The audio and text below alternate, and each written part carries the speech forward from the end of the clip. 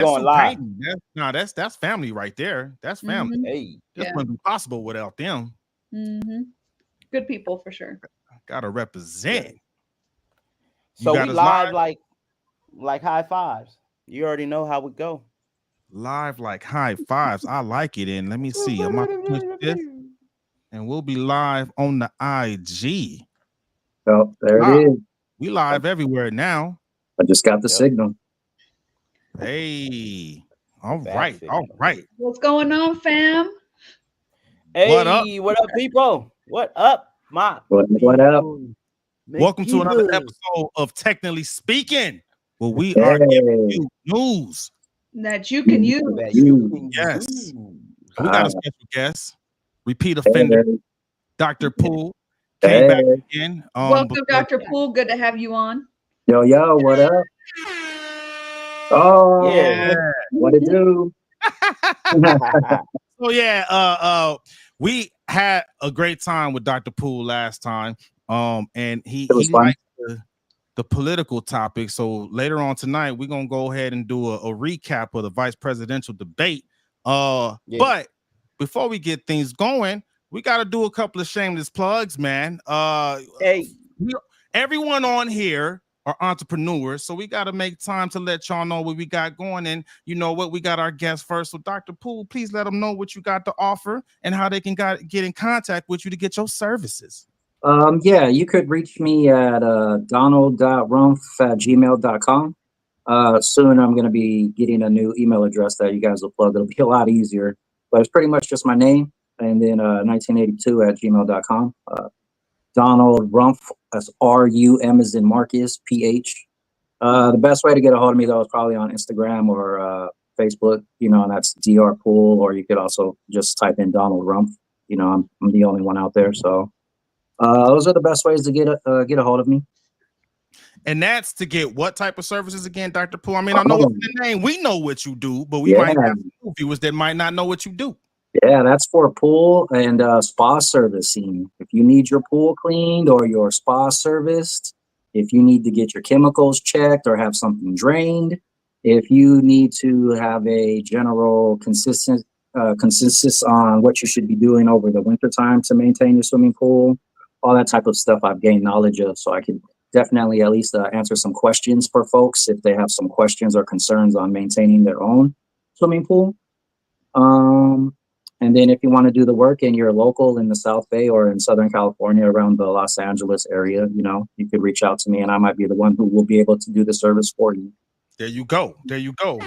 My man, so hit him up if you in certain areas in LA County, west of the 110, right? We learned that last time. Yeah, you got it. Bobby, let the world know what you have to offer, ma'am. What's up, folks? You can find me on Facebook at Bobby Lopez. I'm probably going to be at the top of the list. Bobby.lopez.5 on Instagram, and we are located out here in the San Antonio, Texas area. I'm the owner of Patriot Carpet Cleaning and Patriot Restorations. We do water mitigation services. So if you have water damage done to your home, whether it's a busted pipe or a leaky water heater, let us come in and get that taken care of for you. Remember, in the Texas area, it takes less than 48 hours for mold to build up, which we also do mold mitigation.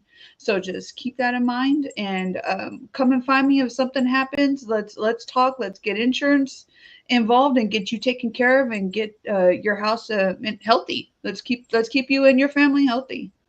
And I'm gonna tell y'all right now, she is my go-to person for my properties here in San Antonio. We keep it in the family. Come on now, Corey Giovanni. There's something happening tomorrow. What's going on? Hey. Well, you already know it's your main man with the game plan, Corey Giovanni. So check it out. Tomorrow is Amazon Prime Day. And yes, I am an Amazon affiliate / influencer / associate. So make sure that all your products that you want to spend at Amazon, you're going to click this link that I'm going to put there for you guys. And you're going to get that. Because why? Why not? Support the brother. Why not? Like no other. Hey. Support the brother, not the other. I like that. Yeah. And then myself, I have a couple of units out here available for rent. If you're in San Antonio or know someone in San Antonio, or maybe you're moving to San Antonio, shout out to all my active duty service members that might be PCS in the San Antonio. If you're looking for, hey, if if you're looking Put some for horns on somewhere it. to rent in the upscale area of San Antonio, I'm talking Almost Park. If anyone knows San Antonio, Almost Park is right down the street from the Pearl, right down the street from the Zoo, right down the street from the St. Mary's area where they turn up. Holla at me at tech_Von_go at all platforms. Now let's get this show started. Let's go. We got a couple of topics to go through, and then we're gonna have our own debate about the vice presidential debate. So Mr. Giovanni, get us started. What's the first topic we covering tonight? It seems like we're doing this every week. But you know what? I think that we should, because most podcasts aren't. We want to go ahead and show homage and pay RIP to some more legends. Last week it was Maggie. This week is John Amos, to be exact. The Black American television John Amos, who was the father, the first. I would say he's like the first Black father of American TV. From Good Times. Yes. Good Times. He was on the air from 1974 to 1978. Good Times was on the air from 1974 to 1975. He was the father who was the one who was like, JJ, if you don't get your butt up in here, he boom, boom, boom. Not to mention, he also played in Coming to America. And in 1977, that's right, he was Kuta Kinte, the senior Kuta Kinte. This man had a legacy, and I'm not going to do like these other shows where they talk about the bad things that's going on after his death. We're going to celebrate this man's life. So with that in end, that should salute to John Amos for a job well done. I know you walking in them pearly gates with them golden wings and that halo. And when I get there, we're gonna talk about the behind scenes. But in the meantime, between time, thank you, John Amos. You get 2 salutes and some horns on that bad boy. Yeah. We got some feedback on IG though. We got some feedback on IG. Creative Native said, nah, Red Fox, aka the original Pops. Oh, Red Fox. R.I.P. Red Fox. Red Fox was, man. Sanford and we Son. got 2 OGs. They're both OGs. 2 OGs. Shout out to the comedy OGs, heaven man. right now. You know what I'm saying? Yeah. I've been watching shows. I've been watching some of the shows. They got the Sanford and Son on one of those streaming networks. It's so much fun, even at an older age, man, to go back and watch some of those shows, man. It's hilarious. Man, I haven't seen that since a kid. I'm gonna fun fact, my maiden name is Sanford. Really? Wow. Yeah, if you look on my Yahoo, whenever I send you stuff, it says Bobby Sanford. I can't change it. I've had that same email for 20 years. I can't change it. So when we were growing up, I remember I had told you that I got switched from a private school to all Black school on the east side of San Antonio. And I remember this one girl in the office told me, she was like, "This ain't your dad's name." I said, "Yes, it is. My dad's name is Clyde Leroy Sanford. Yes, it is." And she's like, "Are you Black?" I'm like, "No." She's like, "You ain't telling about your 3%?" I know, right? I was like, I'm 3% Black. Right. Hey, there you go. Hey, you know what they say? One drop of black ink in a cup of water, the whole cup turns black. Come on now. All I'm saying. All right. There we go. But yeah, our main man with the game plan, Corey Giovanni, tapping in. Just actors these days are different than actors back then, right? I heard a story about John Amos when. And as a matter of fact, I saw the interview because a lot of his interviews was coming up since he's passed about how impactful he was for other actors, other thespians in the industry. And he said that they were at the writing table, Norman Lear and the writers for the show. And they were reading the script, and he went to the side. He was like, "Okay, we're reading for this new season." He's like, "Our people don't talk like this." Now, remember, they from the south side of Chicago. Yeah. South side of Chicago back then was just as rowdy, if not rowdier, how it is now. You know what I'm saying? So he was like, "They don't talk like this. Our people don't talk like that." And he was like, "Well, what you want me to do?" He was like, "Well, just take a look at how we interacted in the other seasons." And so They ended up killing him off the show. Boo. He was causing Well, a not ruckus. killing him. I'm sorry. They removed him from the show because he didn't get killed. He died. He died of I think he had a heart attack or something on the show. The character, The you know what I'm character. saying? Yeah. James Evans Jr. No, James Evans Sr. He died off the show. Yeah. And the famous phrase was "damn, damn, damn, Damn. James." Did you mention how old they were when they passed? How old? How do you have like an actual age? John Amos was 81. Oh, okay. That's a And good one. yeah, That's a good life. Yeah. That's not. that's a good life. You know what I'm saying? Especially for men, since they have a lower Touche. you know, age gap than women Yeah. do. Creative Native on IG said he was written off the show. Yeah, he was Yeah. written off the show, of course, Written off and that's the what show. they do. I mean, being that Yeah. I'm a screenwriter, I know that you can't please everybody No. Yeah. in the cast. However, you can be able to show homage. And one thing John Amos told Will Smith when they went to season 6. He was like, because everybody was doing their things. Bad Boys, the first movie had already came out. Ashley and everybody else was doing their own thing. So they was like, how we gonna? I mean, they gave him an extra season, and so Fresh Prince of Bel-Air, Will Smith had a conversation with John Amos, and he was like, don't let them take your show off the air the way they want it. You guys made all these people a lot of money, like not CBS, ABC, Quincy Jones, all of them benefited from this show. They did too, but John Amos told Will Smith, go out on your terms. And then because of John Amos, we had that big scene from Will Smith at the end of the season when he walks in and there was no furniture In the house. in the room.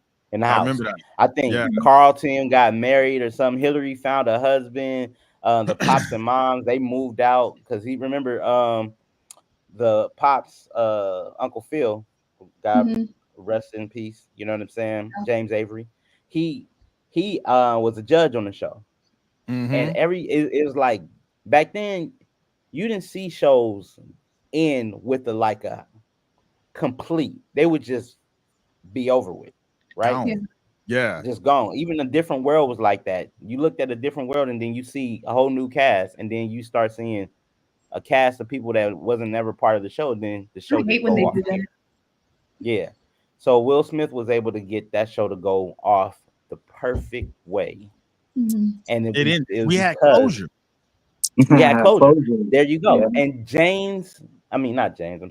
John Amos was the one who put the bug in Will Smith's ear to do that. And I read that in Will Smith's book. So shout out to Will Smith for letting us know about the man John Amos. December 27th, 1939. 1939. Salute. Ooh, Yes. salute.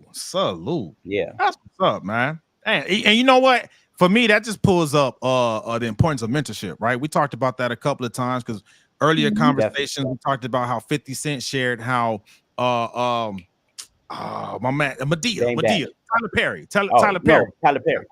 Tyler Perry was a mentor to him, right? That's helping him kind of like guide him through his thing that he's building up in, entertainment and stuff like that. So, hey, man, kudos to that mentorship. Hey, if someone is willing to mentor you for something, man, listen. Man. Knowledge is more powerful when you have somebody who's done it and somebody who's giving it and then somebody who's pushing it. Because knowledge isn't power. Knowledge is power once it's applied. Yep, you gotta apply it. If you don't apply that knowledge, it's just some fancy books on the bookshelf. It's just information. That's all it is. What you think about that, Dr. Pooh? Oh man, I don't know. I really kind of don't have too much of an opinion on it. Too much, Life is a short thing that we should cherish it as long as we can. Yeah, no, definitely. what would be a better way to phrase that question in a way that we could apply it to a certain standard or sense, you know? As far as the importance of mentorship? Yeah. Because Ooh. like if you get mentorship and you're familiar with the person who's mentoring you, it's cool. But if it's like from someone who you're not too sure is reliable, There's no relationship. Good point. yeah, right? Point. Because Will Smith, It's you get mentored, transactional. but would I want to be mentored by Will Smith? I don't know. Would he necessarily be the best example of mentor? I don't know. You Good know, point. I think but mentorship is important. Like I have had men who have helped guide me in life, absolutely. But I'm very picky with those who I choose to take life advice from that I'm going to actually follow. Yeah. I don't think I asked the question the right way, but I think you answered it the right way. You know what I'm saying? Like, be picky on the mentors you choose to follow. I guess the question should be, how do you pick your mentors? And I think you gave the answer, right? Be picky. Like, it has to make sense, right? I think it's like we had Jasmine on last week, right? And she said something about how to find love. You got to live life, right? And then you'll find it. I think I would apply that framework to finding a mentor. Like, I think if you're doing your thing, and I think organically you may run into someone who may be able to mentor you through whatever endeavor you may need mentorship in, maybe life coaching, maybe entrepreneurship endeavor. I don't know. You know what I'm saying? I think for me personally, and I'll share this. I've had quite a journey, and I'm definitely in a better space in life I've ever been. Right. But I didn't do it on my own. I got a mentor. Actually, I'm representing right now. People were asking how come I didn't change my shirt. I represent, right? Because I wouldn't be able to do the things that I'm doing now if I didn't follow the tutelage of, my friend who owns this company right here. And he's been a great mentor to me. And it's just, when you do find someone that's trustworthy enough to be a mentor, listen. Listen, And Linda, listen. one thing I would add to that too is like, okay, so I clean pools, right? And so if there was someone who was in the pool business and they wanted to give me some advice, absolutely I would take it. But like, because it's pertaining towards my work and everybody could relate to something like that. But if someone were going to try and give me marriage advice, I would have to look at their marriage personally and see what their marriage life is like. If someone wanted to give me advice on investing in the stock market, well, if you're investing, are you losing money or have you gotten rich on the market? Things like that. Yeah. Good point. Yeah, you're not going to go to a broke person to find out how to make money. That math does not math. in the biblical sense, we use the term, them by their fruit. Your fruit is going to speak volumes. You know what I mean? What comes out of the hard work, not just the passion, but the hard work, because you have to be able to put action behind the words. Like Corey was 100%. Saying, if information is just going to be left out on the shelf, that's just data and not being used. Knowledge is going to do nothing for you unless you've applied it, or unless you've seen it successfully applied to somebody's life. We got men put on IG too. Great point, by the way. I think this is something that can help answer that question too. How to find a mentor. And this is from Creative Native on IG. I know you cannot take advice from anyone that's been to a Diddy party. No Diddy. Unless they told you leave before the after party, right? That's the only thing. They're shipping in baby oil. It's time to go. That's a lot of baby oil. And no condoms. 1,000 bottles of baby oil, 0 condoms. Oh yeah. I didn't hear no condom reports. Nope. Of course you're not. Whole other term or KY. They had no KY. Bobby, how do you pick a mentor? Say what now? How do I pick a mentor? Yes. How do you pick a mentor, Bobby? Just by what I said, is just knowing somebody by their fruit. If I'm gonna go to you for like Dr. Poole said, for marriage advice, I'm not gonna look at you being a broke husband and not a provider, and seeing a woman being disrespectful to her husband. I'm not gonna go and talk to you. That's another thing. That's really good. I would never go and seek mentorship from a man, because he and I aren't going to see the world through the same type of lens. I would, however, go and receive mentorship from a woman who has been successful, who does have a good solid head on her shoulders. If I said, hey, I'm coming into this issue, well, I know she's gonna come be locked in lockstep with me. Is she gonna come at me from a worldview, or is she gonna come and talk with me from a biblical sense? Is what she's saying gonna match up with my values and my morals? If what she's saying doesn't, I'm not gonna hear that, because that's gonna deflect from what I believe. Good point. Good point. Understand. Good We point. got some more comments from Creative Native too. He said mentoring comes in many ways and forms. Once showed my nephew how to change a tire, and months later he got a flat with his dad and taught him how to change a tire. Mhm. Generational knowledge. Yep. Nice. Yeah. So I mean, and it Pass doesn't it always have on. to be on a massive scale, right? What was that, Dr. No. Poole? Pass it on. Pat, You know, you gain that knowledge. Pass it on. Each one teach Yep. one, baby. Each one teach one. Success leaves clues. That's kind of like what I was processing hearing y'all, right? A different way to say it. Success leaves clues. Like on remember Wolf of Wall Street? When the chubby dude saw the car that the main character was driving. What do you do? Yeah. I work for you Exactly. now. Yeah. Yep. What Because else we got, man? we're highly influenced by what we see, right? And what we see others have. However, it takes wisdom to know, like Bobby said, and she hit it on the nail. She wouldn't seek wisdom from a man in certain areas, because why? She know that it's going to be from a male lens, not a female lens. Good Not point. saying that a man can't be a mentor to a female, but I'm not saying that. Yeah. Right. No. And you're using wisdom because the way that you would receive it would be different than another person. And that's what I think we all have to realize is we're all different individuals. So not everybody learns the same, not everybody receives the same, and not everybody processes the same. And I'm glad that you was able to mention that.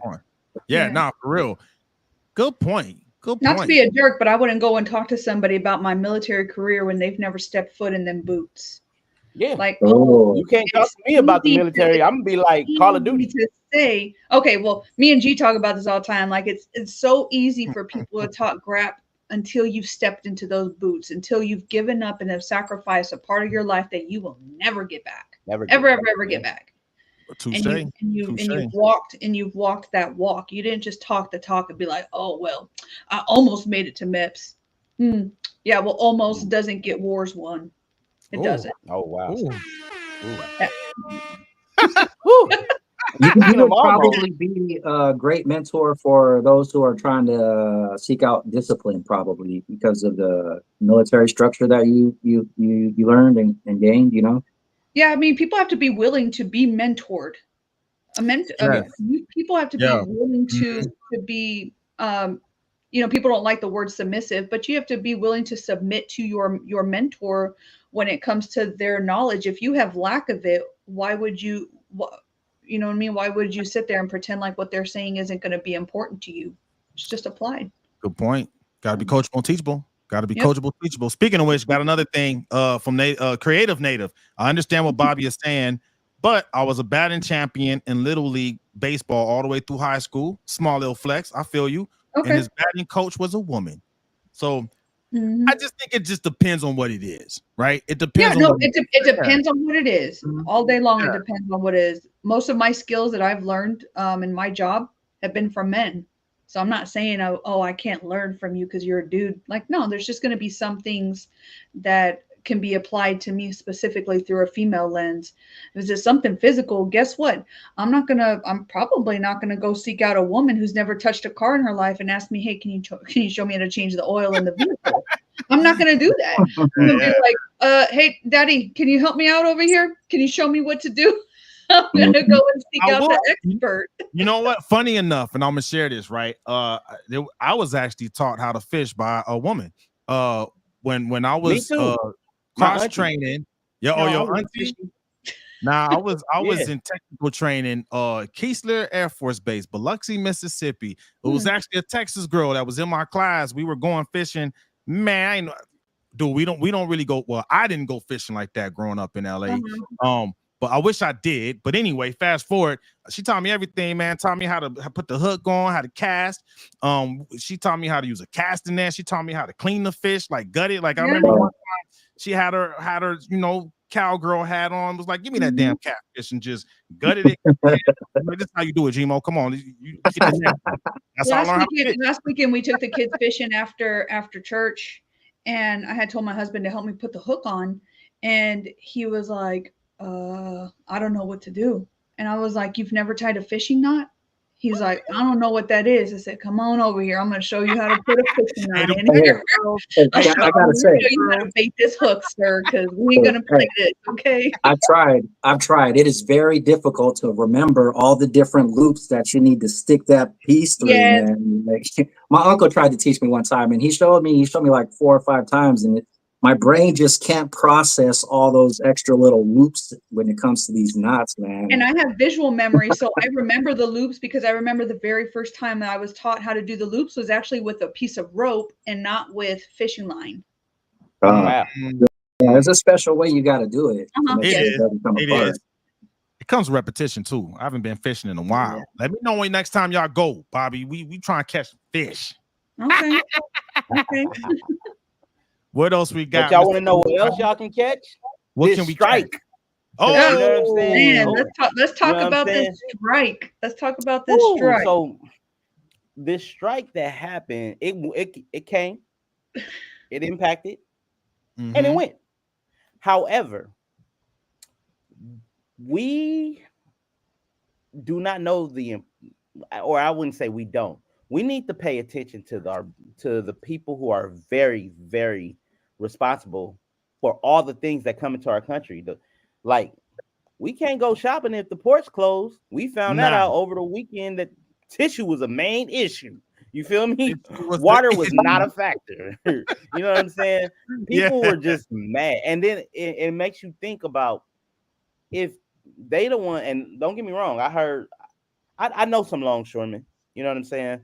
They go to work, like they work hard. I mean, 12 and 14-hour days. So, you know what I'm saying? Salute to the longshoremen. You know what I'm saying? My thing is, let people know how important they are. Like, we talk about jobs, about how it's good to go become a doctor, become a lawyer, become an entertainer. Longshoremen should be up there. Yeah. Because they are just as important. Because if we didn't have the longshoremen, those canisters, those containers will still be on the ship. And we would be hungry. That flat screen TV you want, it would not have came. Why? Because we didn't have without them, you would have nobody moving them cranes. And you can't have somebody who never mentored somebody moving a crane, because then that crane is just gonna fall on you. Yeah, for real. Shout out to the blue collar workers out there keeping America going. Hey, shout out to them for real. I know, we need y'all out there. If you're listening, we appreciate you from the bottom of our hearts, because if it weren't for y'all, our families wouldn't be eating and we wouldn't be able to take care of them if we weren't all working together as a team to make America better. Hey, I thought she was gonna say it great again. I was about to, but then I was like, because America's already great. We're not gonna make it great again. It's already awesome. I'm sorry. Shout out to America. Better. Shout out to America. Shout out to the blue collar workers. That came from Unstoppable Season. Hey, welcome back. It's been a little minute. Creative Native, who was formerly a truck driver. If the port shutting down crippled the nation, that should show how much this nation relies on others too much. Ooh. So the Longshoremen Alliance has about 6,000 employees. And right now they were requesting a 77% raise over the course of 6 years is what I was understanding. Over the course of 6 years, this is going to give them kind of what we get every year with the VA. We get a COLA, which is a cost of living adjustment is what it is. And so typically we see about a little less than 2% of inflation each and every single year. So this cost of living adjustment is going to adjust according to inflation. Now, one of the things to understand about how these ports work, there's several of them. going up from Long Island, New York to New Jersey, all the way to even like the Southern California area, because there's several ports. One of the bigger things too was that they didn't want to just ensure that they were getting this raise over time, but they also wanted to ensure that the employees who were already employed with there would actually get to keep their jobs. Because if you don't know, we actually have 3 ports in the United States that are fully automated. And this is where there's kind of an AI, not necessarily an AI scare, but a digital scare is when we talk about machines being able to take over what people do. If you sit there and you decide to invest as a company into $100,000 machine, but over the course of years you save millions of dollars, are you going to want to employ people where you have to pay millions, or would you rather do a short-term investment of $100,000? Might be a lot out of pocket at first, but in the long run, this is where you're going to save money. And so machines begin to take over. These jobs at the port, which a lot of these port jobs can end up taking jobs from truly thousands of people. If we talk about 50,000 employees in the port and harbor operations as a whole, and that's just one union, that's not every union, that's going to be jobs lost. And we don't want to see that. We don't want to see, brothers and sisters who are out there working to feed their families, but to also work together to feed our families. We don't want to see their jobs lost.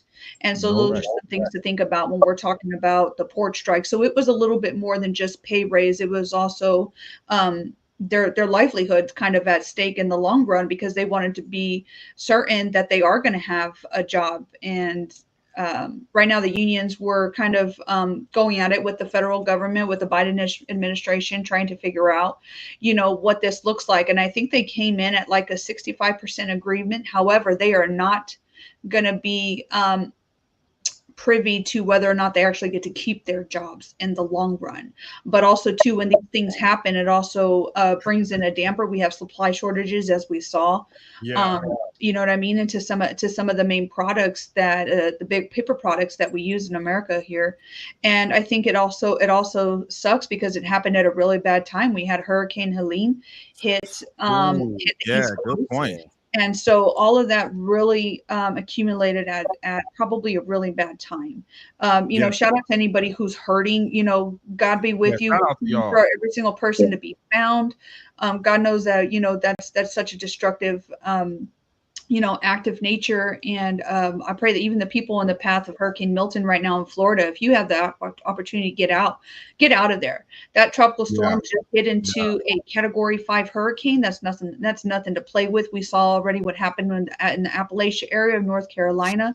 A friend of mine lives in Tennessee, and for real, shout out to him, because he's been still logging in, but every morning he gets up and he goes and puts out waters and stuff, and they give to local groups because they're flying from his property out to go and help these people. And he said this morning they had 4 huge pallets of body bags, and he showed us a picture. They only had 4 boxes left. They're still requesting more body bags. So if you're not getting the news as to what's happening, I suggest you switch your news stations and get into the truth of the matter and stuff. And so there's people out there hurting. And while the election is a really big deal right now, we'll be talking about the vice presidential debate here in just a little bit, folks. So don't worry, we got that on the line. But just know that we got real Americans out there that need help. Need help. We really do. And we have to take care of our people here. Our taxes need to go to helping America be strong and be better here. We do. We need to be helping our folks here. Agreed. Unstoppable season. Prayers going up. Yeah, definitely. Prayers for all of them, man. North Carolina. I actually got people out there in Asheville. I know Asheville was hit pretty hard. Asheville was actually like isolated from the world. We actually had some of my folks in Asheville. They've tuned in from time to time. I got to check in with everyone out there. So hopefully everything is okay. I would build off of what you said. If you can donate to help, our fellow Americans, donate, man. I did this morning. Money to donate. I'm looking at that. And that's for the whole TS squad out there, man. Whatever you can, you know what I mean? Whatever you can. Let's help our folks out. Good point. Thank you for that, Bobby. Corey, what we got next? What's going on with Bank of America? One more thing. Nothing. He said millions and billions to others first, but here is $750 to help you recover. Yep, and it's a loan. That is not given to you. That is a loan because FEMA Was that what came out? Yeah, Ooh. it came that's out. not It is good. a $750 loan. That's not even enough to cover anybody's mortgage these days. Jeez. Isn't that what they It's did out in not. Hawaii too? When the fires happened in Maui? Yep. Got Oprah on Oh, the Rock out there asking for money. yeah, Oh, I remember that. we need to do better. Yeah, I don't. Yeah, we need to do better. I'm not Well, cool with that, man. I will tell you this. It's probably, I don't know if y'all have heard about it because I'm in the circuit of the news. Donald Trump actually donated $25 million of his own money to the hurricane efforts, and he ended up partnering with Elon Musk to get Starlink out there. So those people don't have to pay for Starlink, but they Wow. can get internet service, so they can get service and either be able to work if they're able to work from home, or either to reach out to family members and stuff. So they're actually working in a hardcore effort right now to get those people taken care of out of their own yeah, pockets. that's what's up. That's what's up. love for the country. That's awesome. Yeah, I ain't got 25 million, but I mean I got 25 on it. Not million. 25 on it. That's, if 25 that's on what it. you can do, man. That's what you can do. That's Yeah. good. That's love right there. Nah, But that's Yeah. what's up. that goes back to putting your money where your mouth is. Don't tell me you're a good human being if you have the money to back up what that looks like. Let's see what it looks like. Put your money Nah, where your I'm mouth with it. is. I'm with it. Hey, Yep, put yep. up or shut up, baby. Let's go. Shut up or shut up. So, as you guys may have noticed, and you may not, I didn't, but then I did because I'm a person who's always stayed tapped in. Bank of America, they was bank of outage. You know what I'm saying? Apparently they messed around and just went offline, like totally offline. And it's one thing to go offline. You didn't just go offline and take a hiccup. You was offline for several hours. You was offline like you just checked out. You went to lunch break on everybody. And when you Ooh. came out, you spent everybody lunch money. Because from when the news is telling us, you know what I'm saying? You came back with a full donut in all these people's account. Now let me ask you this. Could it be Warren Buffett was like, let me take my Zero. money. Give me my money. I Or need it my could Monday. it could be something in the water with bank of an outage. Now, Think of an outage. I did have a question about this, right? If people money disappear from their account, did their mortgages that was due disappear too? I 'Cause if think that's that's the no, case, then fam. I think that's a no, fam. I mean, that phone call sound. Hey, I'm gonna be late this month. You seen the news? Hey, your money. You know what I'm saying? Like, No, but what I'm saying is maybe the debt is paid. Do you get them pink slips? Because of the fact that if my money is gone, that means these mortgages is paid. Now, what I, happens if you get a pink slip in the mail saying, "Hey, your deed is fulfilled, your house we're is moving paid on off"? up. Yeah. You pray I'm to gonna just God and tell you say right thank you. now, I will not be doing business with Bank of America when I go ahead to sell that good there going property. But in the meantime, between time, Bank of America did a bank of outage and they went on break. Break. And it had over, let's go ahead and look at these numbers because there was a lot of people that was really up. They were up in Yeah. arms. But while I'm getting this information, what do you guys feel about that? You go to your account, you look at your money, and it's not demure. It's not very mindful. No, not at all. It Not at was all. broke, gone. How would you feel if your dollars was without power? Somebody Dr. talk to Who me. set it off. Well, how would I'd you be so feel? mad. Man, I'd be pissed, bro. I don't even know how I would be able to control myself, Yeah, let alone. very Yeah, flavorful words. I'm sure you would use. yeah, right. I mean, when We all use. like I don't have Bank of America, so I wasn't directly affected by it, but I have Verizon. When you guys were talking about the Verizon outage, like that really upset me because it kind of like a lot of my company is based in that phone, and so for Yeah, you just to be exactly. shut down and you can't give me a reason why, it was just like Right. Now you just lost Unbelievable. out on several jobs because somebody failed to communicate the idea that there could be a Yeah. possible potential Yeah. outage. That way you can make other plans. That's all it is. Communicate with your folks. When you're Yeah. running a Bank of America, like it's $1 billion corporation, don't be Because it playing is. with people's monies.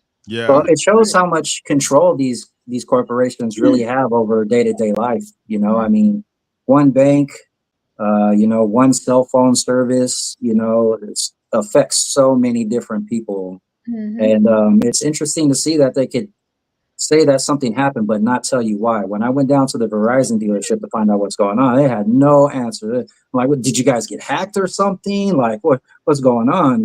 Do I need to get protection? I don't know. I don't know. And I I'm don't like, know is the wrong answer. I know the answer to that. Oh yeah. I know the answer to that because I worked in wireless when that happened to T-Mobile, mhm, AT&T, and Verizon back in 2018.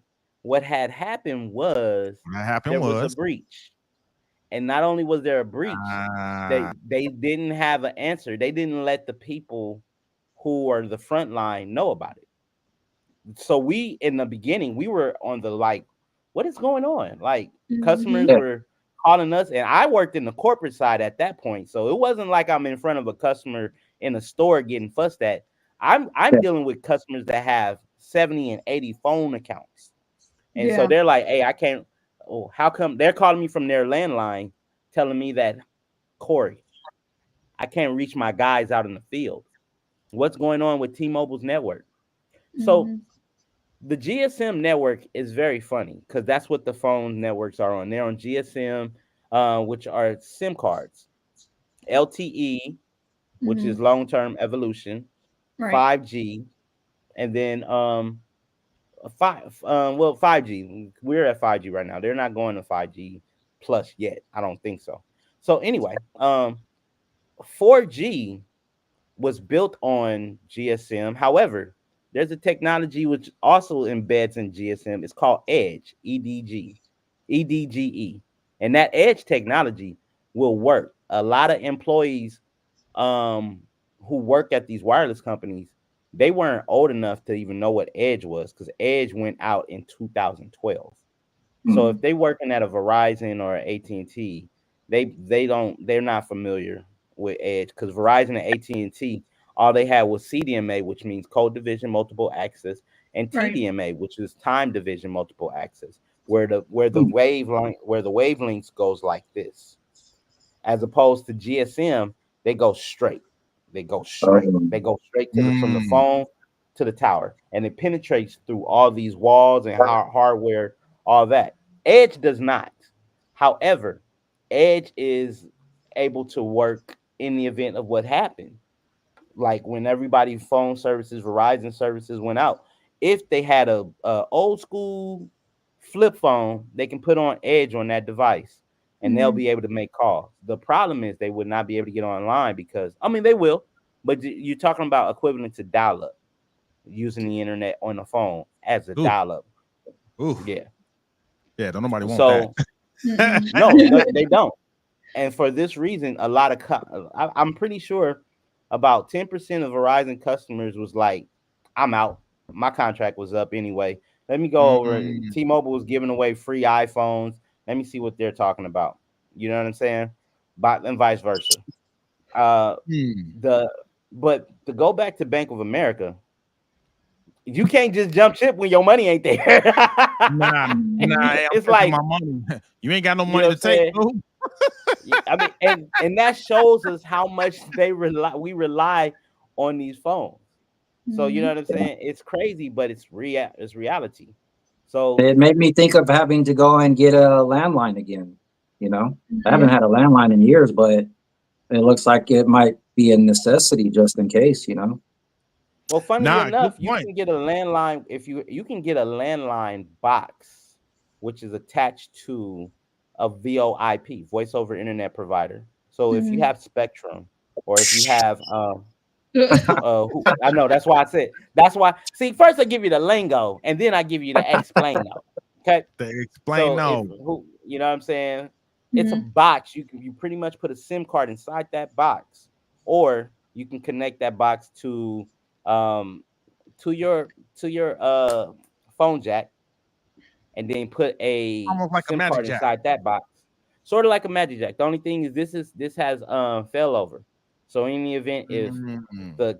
the phone lines go out, the fiber line kicks in, and it allows that phone line to stay up. Oh, that's what's Mhm. up.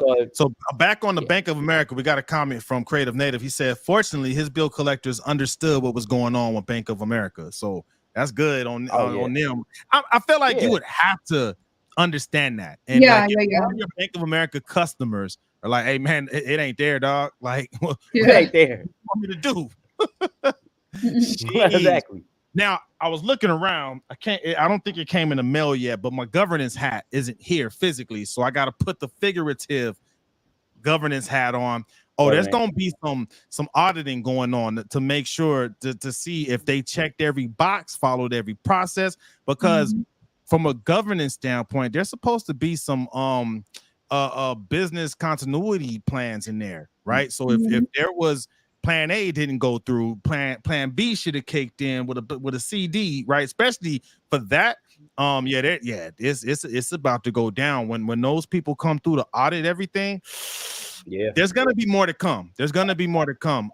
And I know in Oh the yeah. finance industry, they've been taking hits. Like USAA, they've been taking dings lately because they haven't been following governance 100%. So it's not a good Mm. time to be a financial institution and you having these outages. Everything better be on point because there might be some more class action lawsuits, dog. I'm I'm telling not you, the least Cat bit Williams said it at the surprised. top of the year. Not the least bit surprised. I told you. I Yeah. told you I used to work at USA as a risk and control analyst, where I Mm. actually did the inside. She said it.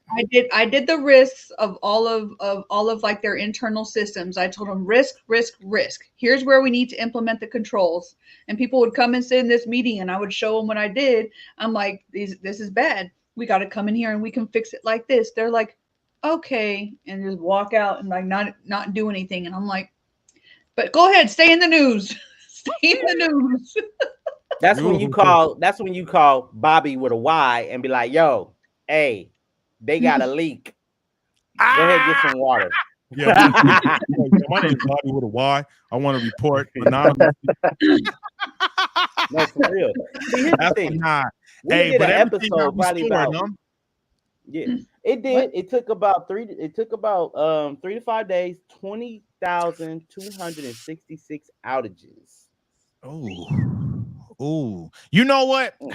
I've been hanging around y'all, man. Ouch. I can't help it. I cannot help it. I saw something in the headline that China may have been behind Verizon recently. Um, Not could it surprised. be them?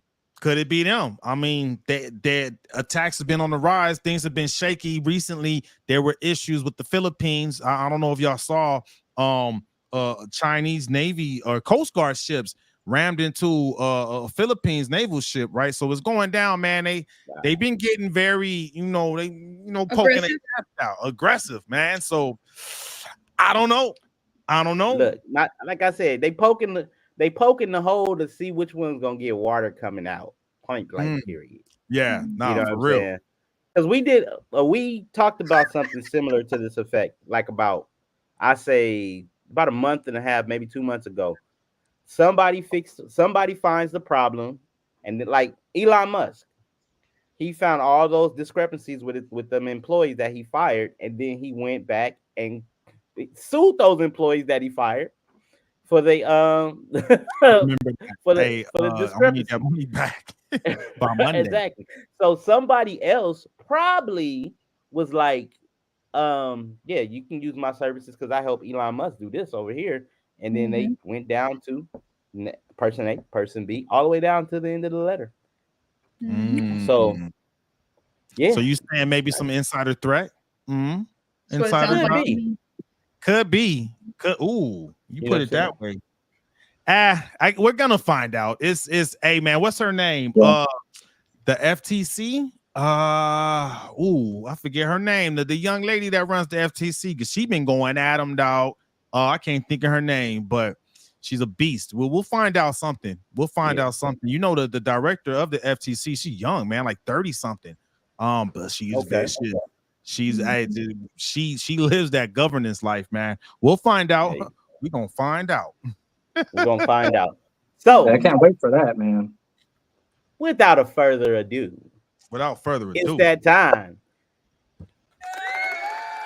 Yeah, Quick baby. debate. We about to it's tap that into time. a great debate that we had set up for you guys. You know what I'm saying? So last Tuesday, Vice President hopeful Tim Walz and Vice President hopeful JD Vance. Sorry, I want Mm-hmm. to make sure I say their names properly and You give them the Gucci. respect they deserve. Had a great debate. And the reason why I say it was great is because of the fact that I'm not the policy procedure guy. I'm not the person who doing all these and that. I like to go by because you can lie to me. You can lie to me on stage. You can lie to me on paper. You can get in office and just say, now I got in office. I don't care whatever I said. Y'all voted me in. I'm going to do whatever I want to do. I go by emotions and I go by that way. And I go by like body language. That way, if if I'm lied to, I'm not mad because I can Yeah, only yeah, trust what I believe that this person said they're going to do what they were going to do. And it seemed like these two individuals, they came in, they said their piece, they respected each other. You know, there was a part yeah, when yeah. Tim Waltz was talking about, and I'm gonna go. I know we got questions that we're gonna ask, but there's one part where Tim Waltz was talking about his son being in a shutdown, and JD Vance didn't take a quick second at all. He was like, "I'm sorry that Yeah, happened." I was like, yeah. that right He's there, like, yeah, it gave me chill. It gave me yeah, chills because yeah. I the respect person, that. you know what I'm saying, a person on the other side of the fence don't agree with each other's political views, but came together as Yep, humans, human being. and Yeah. can understand Mm-hmm. because they're both fathers and they're Mm-hmm. both Americans. Yeah, no, that was dope. I give him props for that, and it was real. It was sincere because Yeah, you know some people may try to fake it to try to appeal yeah, to people. That was real. When yeah, he said that, it was candid. He was like, "Man, I'm sorry your son had to go through that." yeah. Yeah, And I that and was I good. felt his body language is because when he Hmm. said it, you saw it. JD Vance was like, "Whoa, okay, it's this is real. This is serious." So But we haven't let's jumped get this into it ball yet. rolling. We gonna get it going, but I think we do have a good question. A good question from it's a good question from IG from Creative Native. He said he has a question. Matter of fact, this will be the first debate we'll go through. We'll make our rounds. And I believe we agreed that the lady of the house will go first with every Go question. first. The question is, can we all agree or acknowledge that they are only fact checking one side? And Ms. Bobby, you could get us started. Is that yay or nay? I think you all know exactly where I'm going to go with this. I'm going to give you just a quick opinion. I do think the vice presidential debate went a whole lot better and a lot smoother than the presidential debate did. I was Mhm. very surprised by JD Vance's performance and stuff, and we were all like, "Oh, okay." He has a little different persona than Donald Trump does. Donald Trump is a little bit more aggressive when it comes to things, and he's kind of in your face. And JD Vance is Mhm. like, okay, I'm going to observe and kind of look from back here and kind of give you my piece, and we can just kind of kindly disagree. And he almost brings some stability to the conservative movement, I would say. But I think that they are in fact checking one side. And I think that it's important that these moderators they're supposed to be unbiased. However, we have found out they are in fact very biased. I don't think that makes a debate good. I think that the people who are supposed to be in charge of moderating should always be fair and impartial to both sides, regardless of where they stand. So. No, good point. Okay. Good point. What do you think, Donald? Is Uh, fact checking only happening on one side? well, I got 2 fact checks for Vance and 0 fact checks for Walls. Was what I tallied from all of the topics. So, yeah, 2-0. If you're looking for the answer, it was 2-0. In my opinion, from what I Okay. got from it. Right now, we got 2 that agree with you, Creative Native. What you think, Corey? Well, It's already starting off interesting. let's go ahead and let's throw it out there. You know what I'm saying? This is for shits and giggles. If the freaking president, former president, didn't say what he said in the past, they wouldn't have to be fat. That fact checking thing shouldn't even have to be an option. Like, Yeah. but when somebody's telling you they eat dogs, right? Wait, you telling the American people nationwide that a community of people are eating dogs? Somebody got to step in and say something. So they be like, wait a minute, hold I on, mean, hold good on. point. He's the leader of this side. He's the leader. So then they gonna think everybody's gonna follow suit. So they was like, okay, we gonna have to fact check him. It's like saying, like, okay, he's part of that tree. You gotta judge.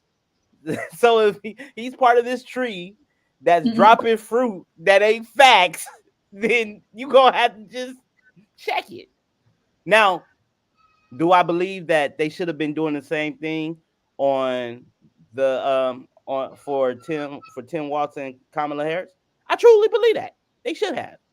You know what I'm saying? However, only one of them really was like really far left. One party was really far left, and they ain't left. Who was talking about eating dogs, and then that rolls over into that rolls over into this. That's all I'm saying.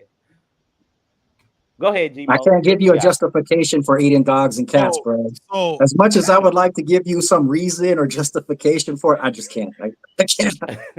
Yeah, that was a all right. statement So that went too far. before I give my answer, I want to share the definition of cognitive bias.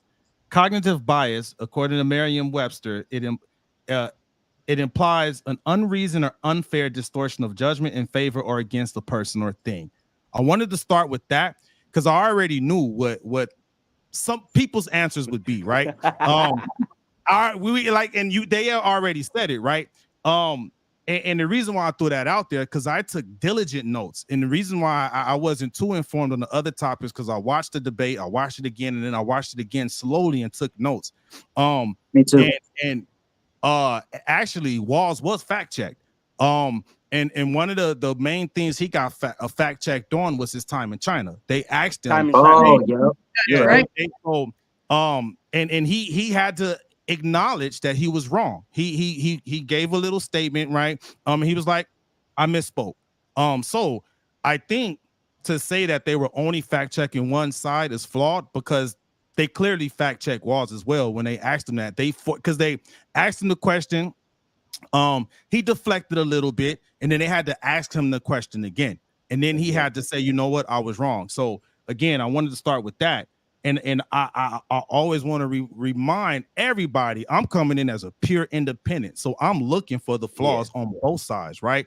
And so it was We again done the made you cognitive a voter. bias. Say what? We done turned you into a voter because you was like, You did, dude. I went through this with a fine-tooth comb, like, and we'll jump more into it. But that was good to start us off. Hey, shout out to Creative Native getting us started. I Creative like that. Native, I yeah, like man. that. You get What's some, up? you get some, We you got get. North Star Investors came through. She's part of the Moreno clan. Just showing love. Hey, what up, fam? Here we go. Let's get this started because there's more stuff coming in. You know it's Just to gonna say, happen. he said that wasn't a fact check. That was setting the ball on the tee for him to hit it.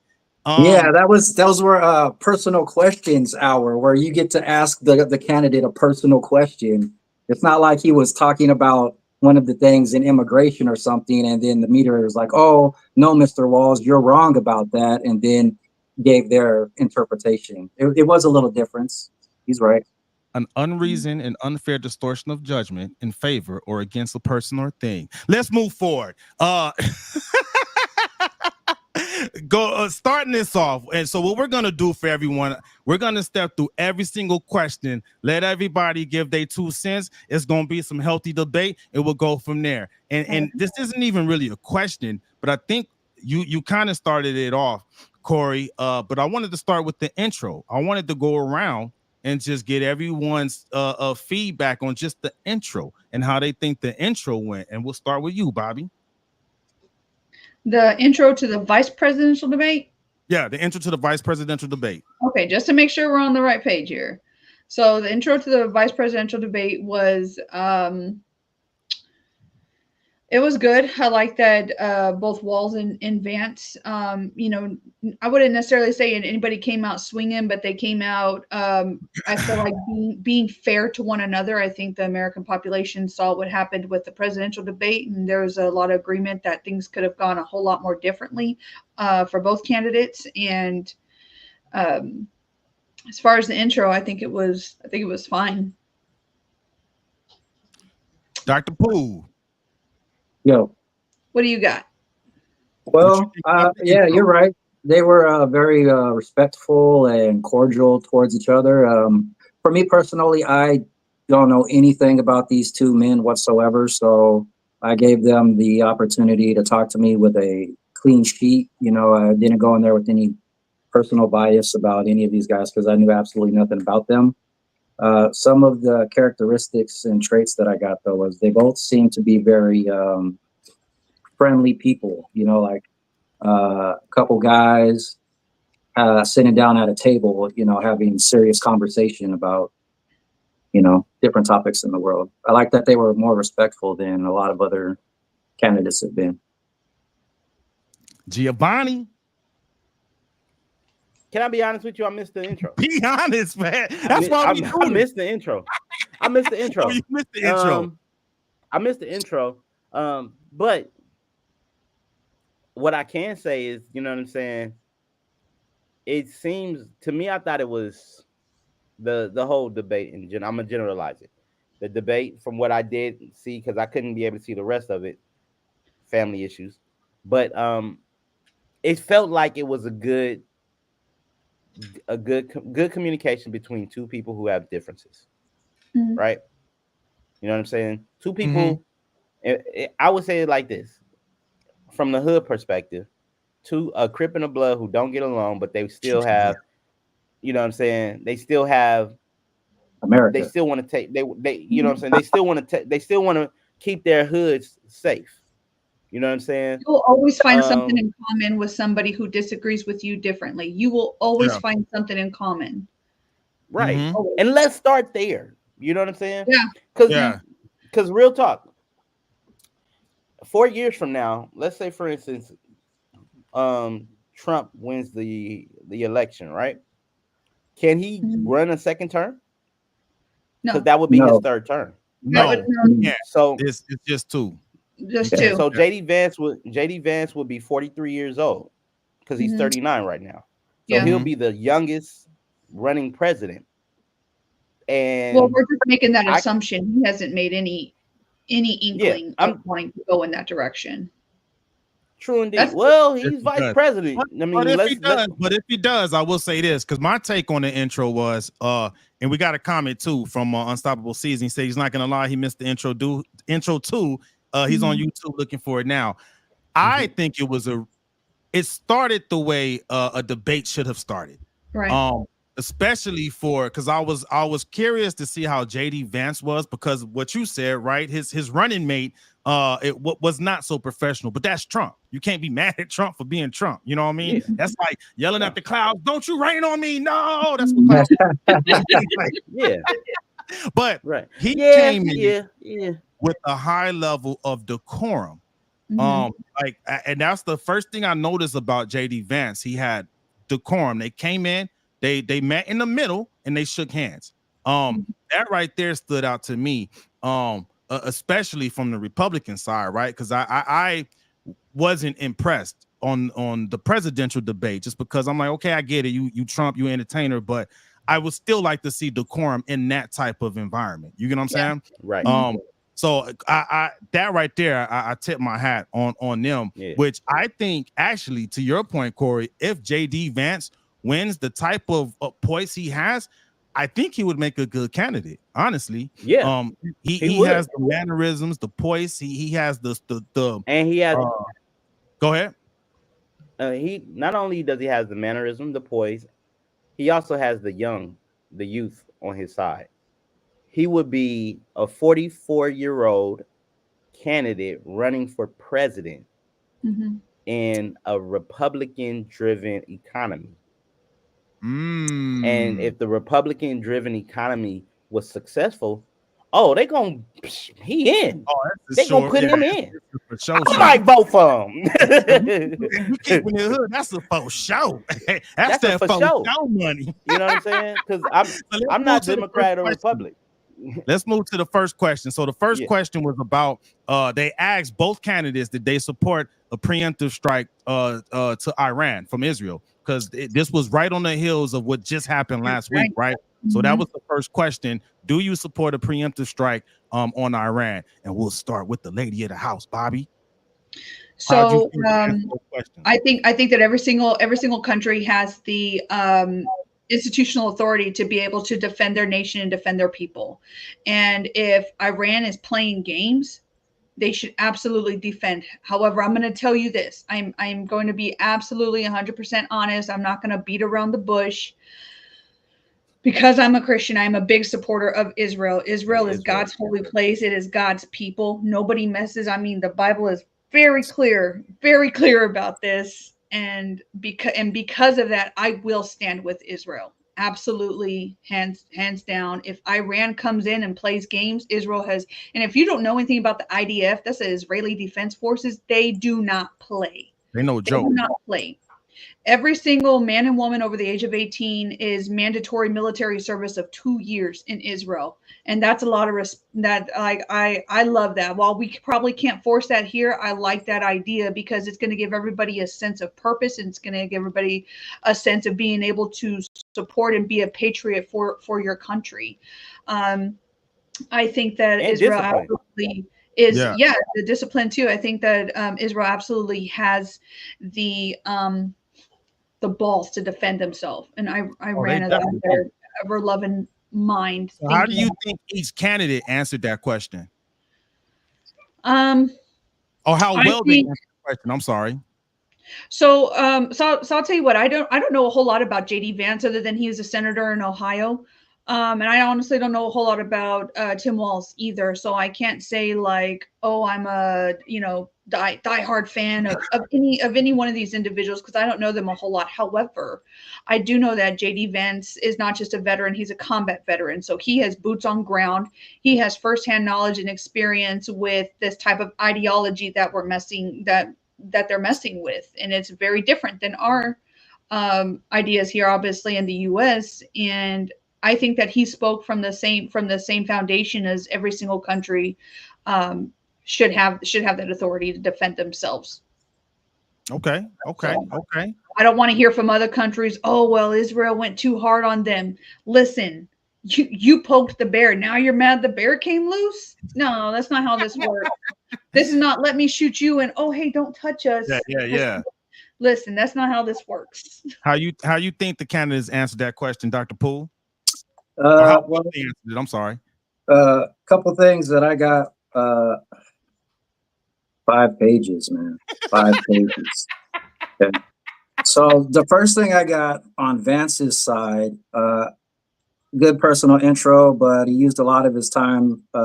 He didn't spend too much time talking about the actual topic. He spent a lot of time giving a background on himself. So I think he could have used more of his time instead of giving personal information about his upbringing and whatnot to answer the question. But he did talk about deterrence.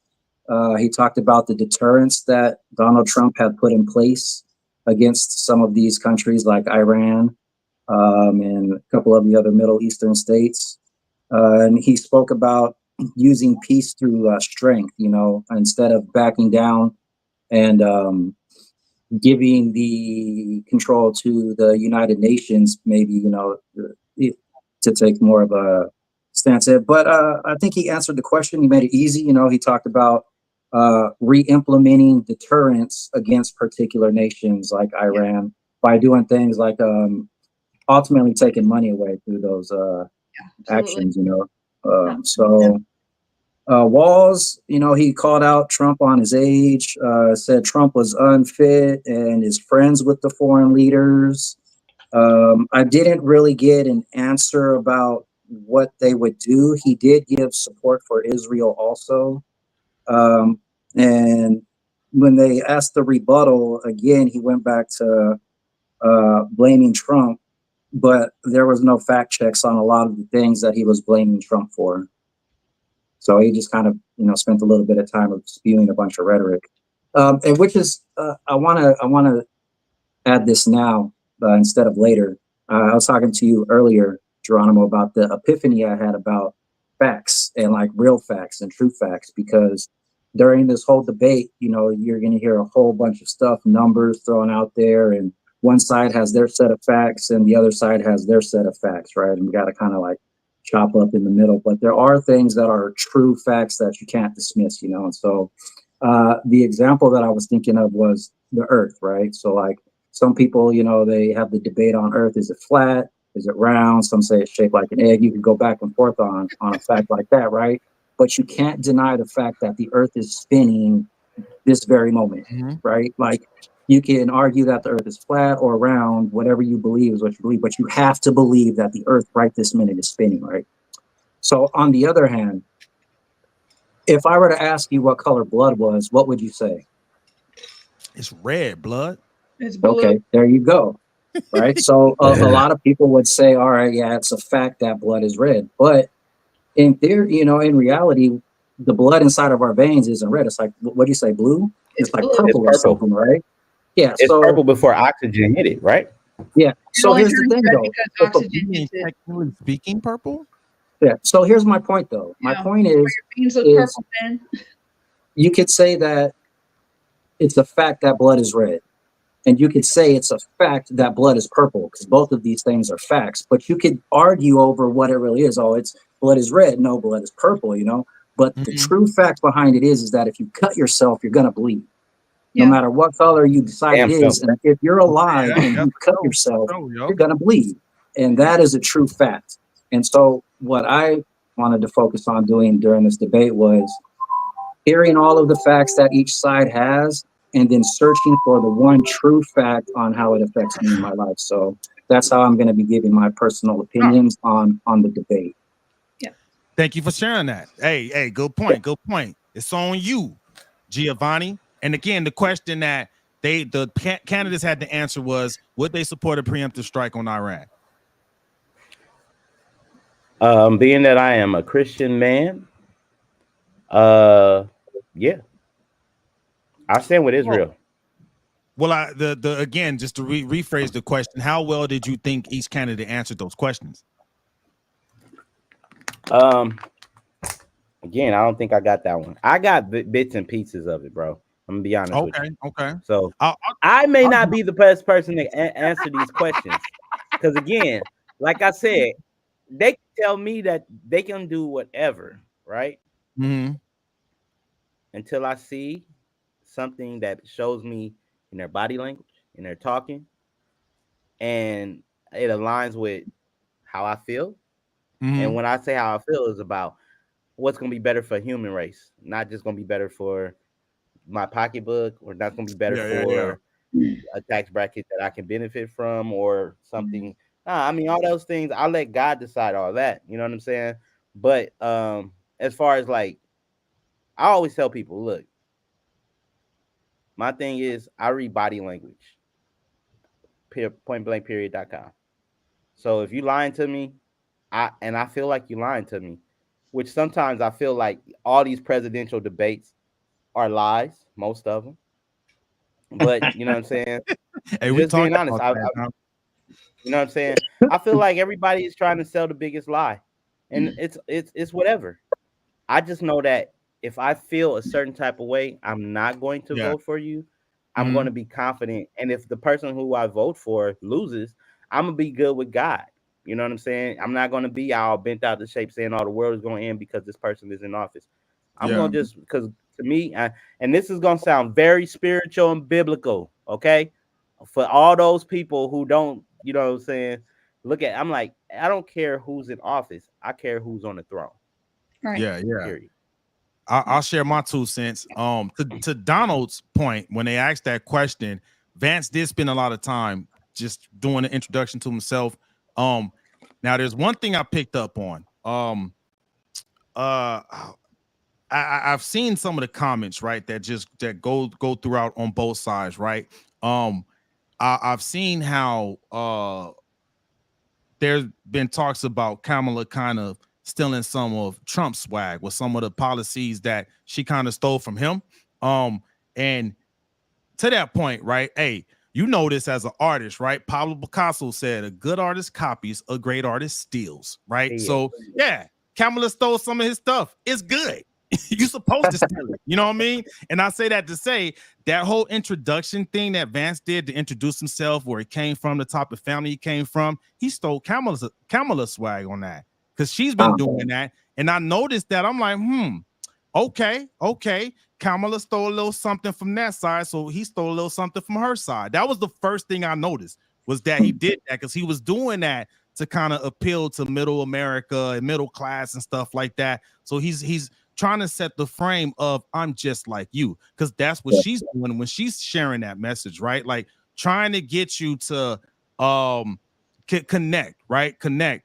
And Trump kind of does it in his own way, which I think Trump, he's the best at it, right? Because he does a really good job with getting regular people like you and me to connect with him. He's a billionaire, dog. Like there's no way I can really relate to a billionaire, but he's good at creating something that people could connect to. And I think that's what Vance was doing, right? With that amount of time he spent, to your point, Donald. And then both people said that, yeah, we're gonna back Israel. There's no politician in the world that's gonna go against that. Like that's our ally, no matter what. That's the homie. If we're gonna take it to the streets, right? If I'm rolling 40s, I'm rolling 40s. I got your back. You know what I mean? I got you. Ain't no questions about it. I got your back. You know what I mean? Right. But there was something you said earlier, Donald, when you said Waz didn't really give an answer. He did. He said we will protect our forces. He said we will protect our forces and our allied forces, and there will be consequences. That's what Waz said. So, and then there was some bickering back and forth. They both kind of did a timeline of what happened and this and that. Vance put the blame on the Biden administration. Well, he was saying Kamala, but it was the Biden administration, right? When they said they unfroze that 100 million, that frozen assets, 100 million. And that's what gave them the capability to do what they did, right? When the Hamas attacked Israel and stuff like that, Walls clapped back. It was like, fair enough, but Trump pulled us out of that nuclear deal that we had with Iran. And to your point, there was no Iran have nuclear weapons. And it's a good point. They said that that nuclear deal prevented them from getting closer to having nuclear weapons. And they did both agree that Vance and Walls, they did both agree that Iran is closer to having nuclear weapons, which the deal we were in before we got pulled out of that deal, that wasn't going to happen. So it was a little bit of both, to where both sides were like, you did this. Well, you did this. So it was a little bit of back and forth to be like, I don't know. Can we ever know what was the true cause? Was it them getting their money back? Was it pulling out the deal, the nuclear deal to stop them from getting nuclear weapons? I don't know. Well, everything we talk about goes back down to policy. You can go to whitehouse.gov. You can go and look up these specific things. Now, what sucks is your average American citizen is not going to go and do that, because they put these bills into motion where they are several hundred pages long, and it's almost like reading a book. And you have to go line by line and page by page to be able to truly back up what those true facts are versus what's actually being told. A lot of these bills that we talk about aren't being passed, or somebody tried to stop this. It's because there's fluff inside the bill that they're not willing to talk to you, the American citizen, about, because they know that, one, you won't go and read it, and one, if this person says it, you'll support it. Yeah. So, I mean, and that's a good lesson, right? You got to read. You have to read. You absolutely have to go and do your own research. It's imperative. Yeah. You're not gonna go and buy a house and not do your research on the neighborhood. You're not going to go and buy a house and be like, oh, hey, this person said it's good, I guess it is. And you come in and there's freaking mold everywhere, there's rats everywhere, and then you Yeah, end up yeah. getting a bad deal. You know, Speaking it's of just mold, who can they go to if they need any type of water restoral treatment services or mold removal services? Who can they contact for that? Since you you brought it up. contact Bobby Lopez at Patriot Restoration. Quick plug. So, I will say this though. What I did notice, and this is from the very first question, was a lot of deflection from Vance. And we talked about this earlier, right? Because in that same question, they asked, did Vance think that Trump made a mistake by pulling out of that deal with Iran? And he never answered the question. He deflected, and then when he deflected, he started talking about Kamala Harris and the Biden administration giving Iran back their money. And then what did he say? He said, asked when was the last time. So he did that. And then he did come back and say, he asked when was the last time we had a president that had no wars break out. And he did say that it was during Trump's tenure. That sounded good, but still was not an answer to the question on, hey, did Trump make a mistake by pulling out of that deal with Iran? Never gave a straight, solid answer. He came back with Kamala and team gave them back their money, and there were no wars during Trump's tenure, which I still don't understand what the answer to that question was because he never gave one. So I could concede that. Here's one thing. It's kind of off topic, but it's on topic because we're talking about Israel. And it's like a little history lesson. I don't remember the full story, unfortunately. I'll go back and I'll research it. But apparently for like decades, presidents have been saying that they were going to make something official in Israel. Like they were going to name Jerusalem or something like a special capital or something, which was the premise of the big war and fight between the Palestinians and the Israelis to begin with, right? And every presidency, Obama said it, Clinton said it, both of the Bushes said it. It was moving Is the that what it embassy is? to Jerusalem, yes, to move the United Okay. States Embassy as a quote unquote representation of what the capital is, which it is Jerusalem. So Yeah. Donald Trump was the person who actually enacted that to be possible. And so he received a lot of heat for it too, because and so I would look at that just from a historical aspect. Keep in mind that Donald Trump is the only person who actually put forth the effort to make that particular place in Israel that has been the topic of discussion for presidencies since the Bushes. He was the one who actually went in there and said, this is the capital, or I'm sorry, Bobby, what was it again? The embassy or something? Yes, he moved the United States Embassy. There was other talk about it during other presidencies, but he was the only one who enacted it. Yeah. Where it actually happened under him. I think I remember hearing that. And maybe I missed the point. How did that impact the relationship with Iran? I'm curious. Well, it shows Donald Trump's unwavering support for Israel. The fact, and so it doesn't necessarily say how he's going to stop Iran from attacking again, but it shows his 100% dedication to backing Israel, as opposed to a lot of politicians who have been saying that they're going to back the country, but they never actually. Okay, I see your point. I see what you're saying. Yeah. He did. It looks like Corey's still trying to get back in. But we'll keep this train moving, man. So just real quick, who took, I would say, or ask, who do you think won that line of questioning?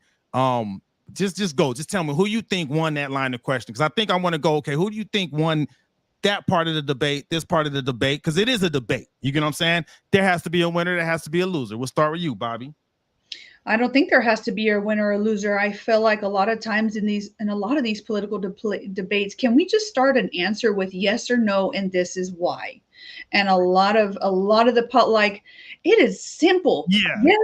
Yes or no. No. That is it. And if it's yes, great, that. why? If it's no, then why? But they go on this tangent and they end up time deflecting from the question, because these are real things that people want to know. How are you going to handle this? And I'm there with you. So that's where I'm standing. I don't think there is a winner or loser, because if candidates are deflecting from answering the question, all you're doing is taking time away from the American people. Don't waste my time. You want me to vote for you? You show me why. Show me. I'm not from Missouri, Good but I point. want you to show me. Hey, I see what you did there. My favorite rapper's from Missouri, so. Hey, good point. What's your thoughts on that? Would you proclaim a winner in that round of questioning? Well, the only thing I got from those two that stood out the most was the talk about the deterrence, and I know what he's talking about with deterrence because I saw the deterrence that Donald Trump put in place prior. So I thought that that was a legit answer to how they can stop a preemptive strike on Israel, is to enforce particular deterrence. And Walls, he said that he supports Israel. And I'm sorry, Drama, you said also something else. He gave some support in another way. Say what now? You mentioned that Walls, he did say that he had like some type of plan or something.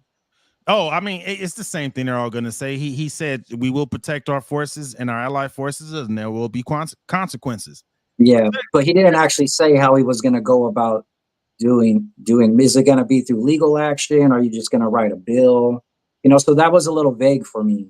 His answer was a little vague on what actual step, and because of that, I gave the round to Vance.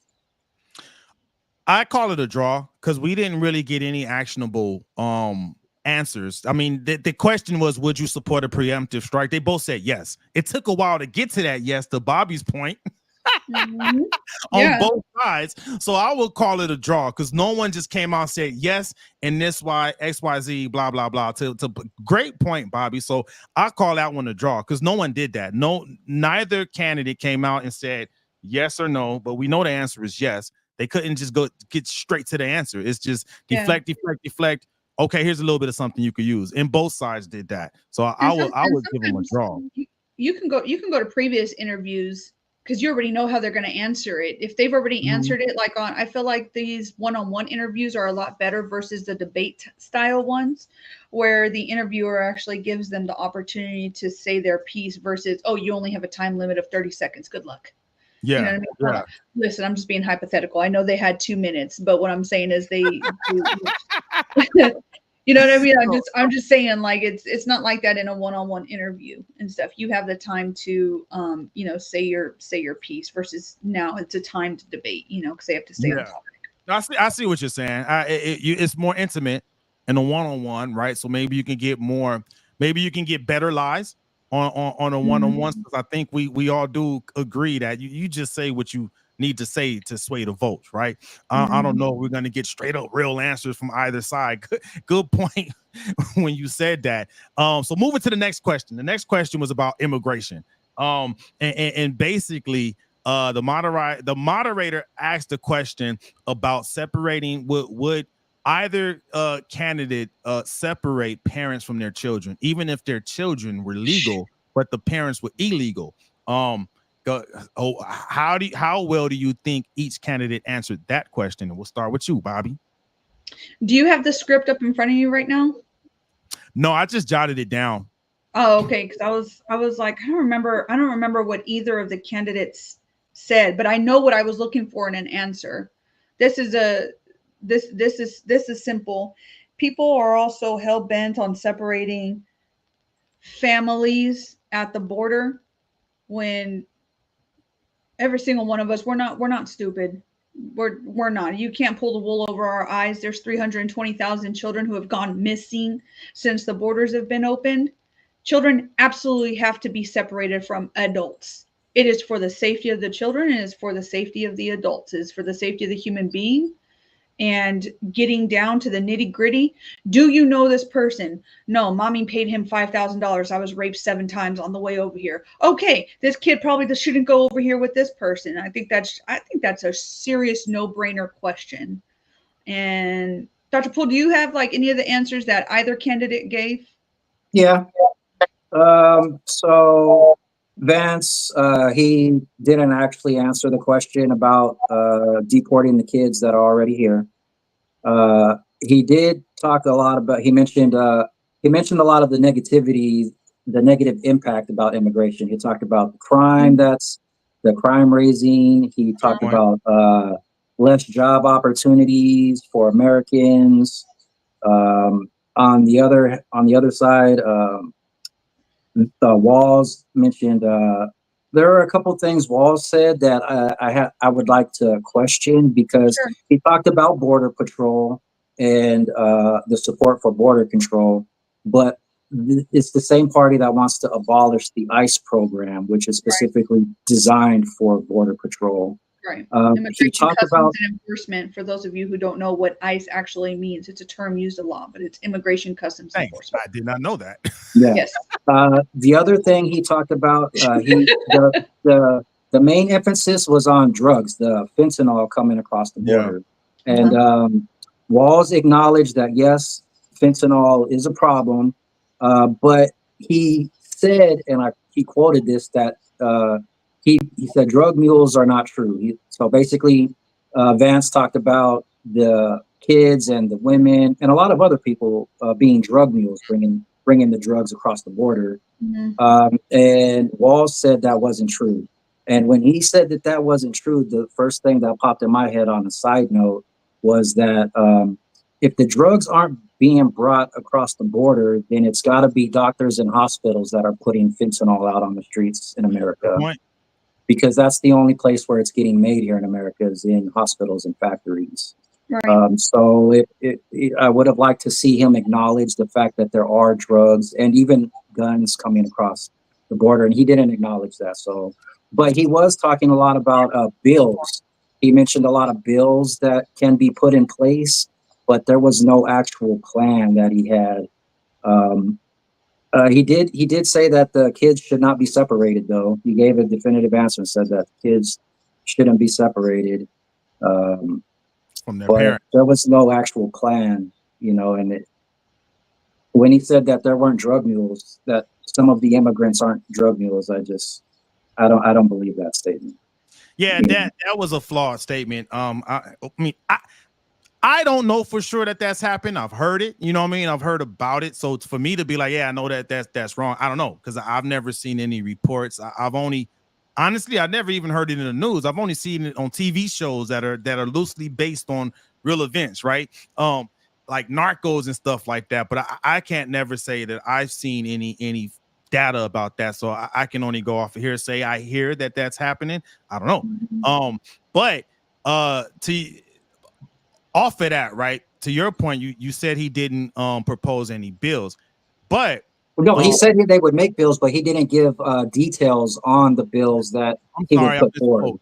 You said he didn't propose any plans. Yeah, he was talking about bills, but I didn't hear like what the details in those bills are. He was just like, "Oh, we're gonna make bills. We support border patrols and we'll make bills."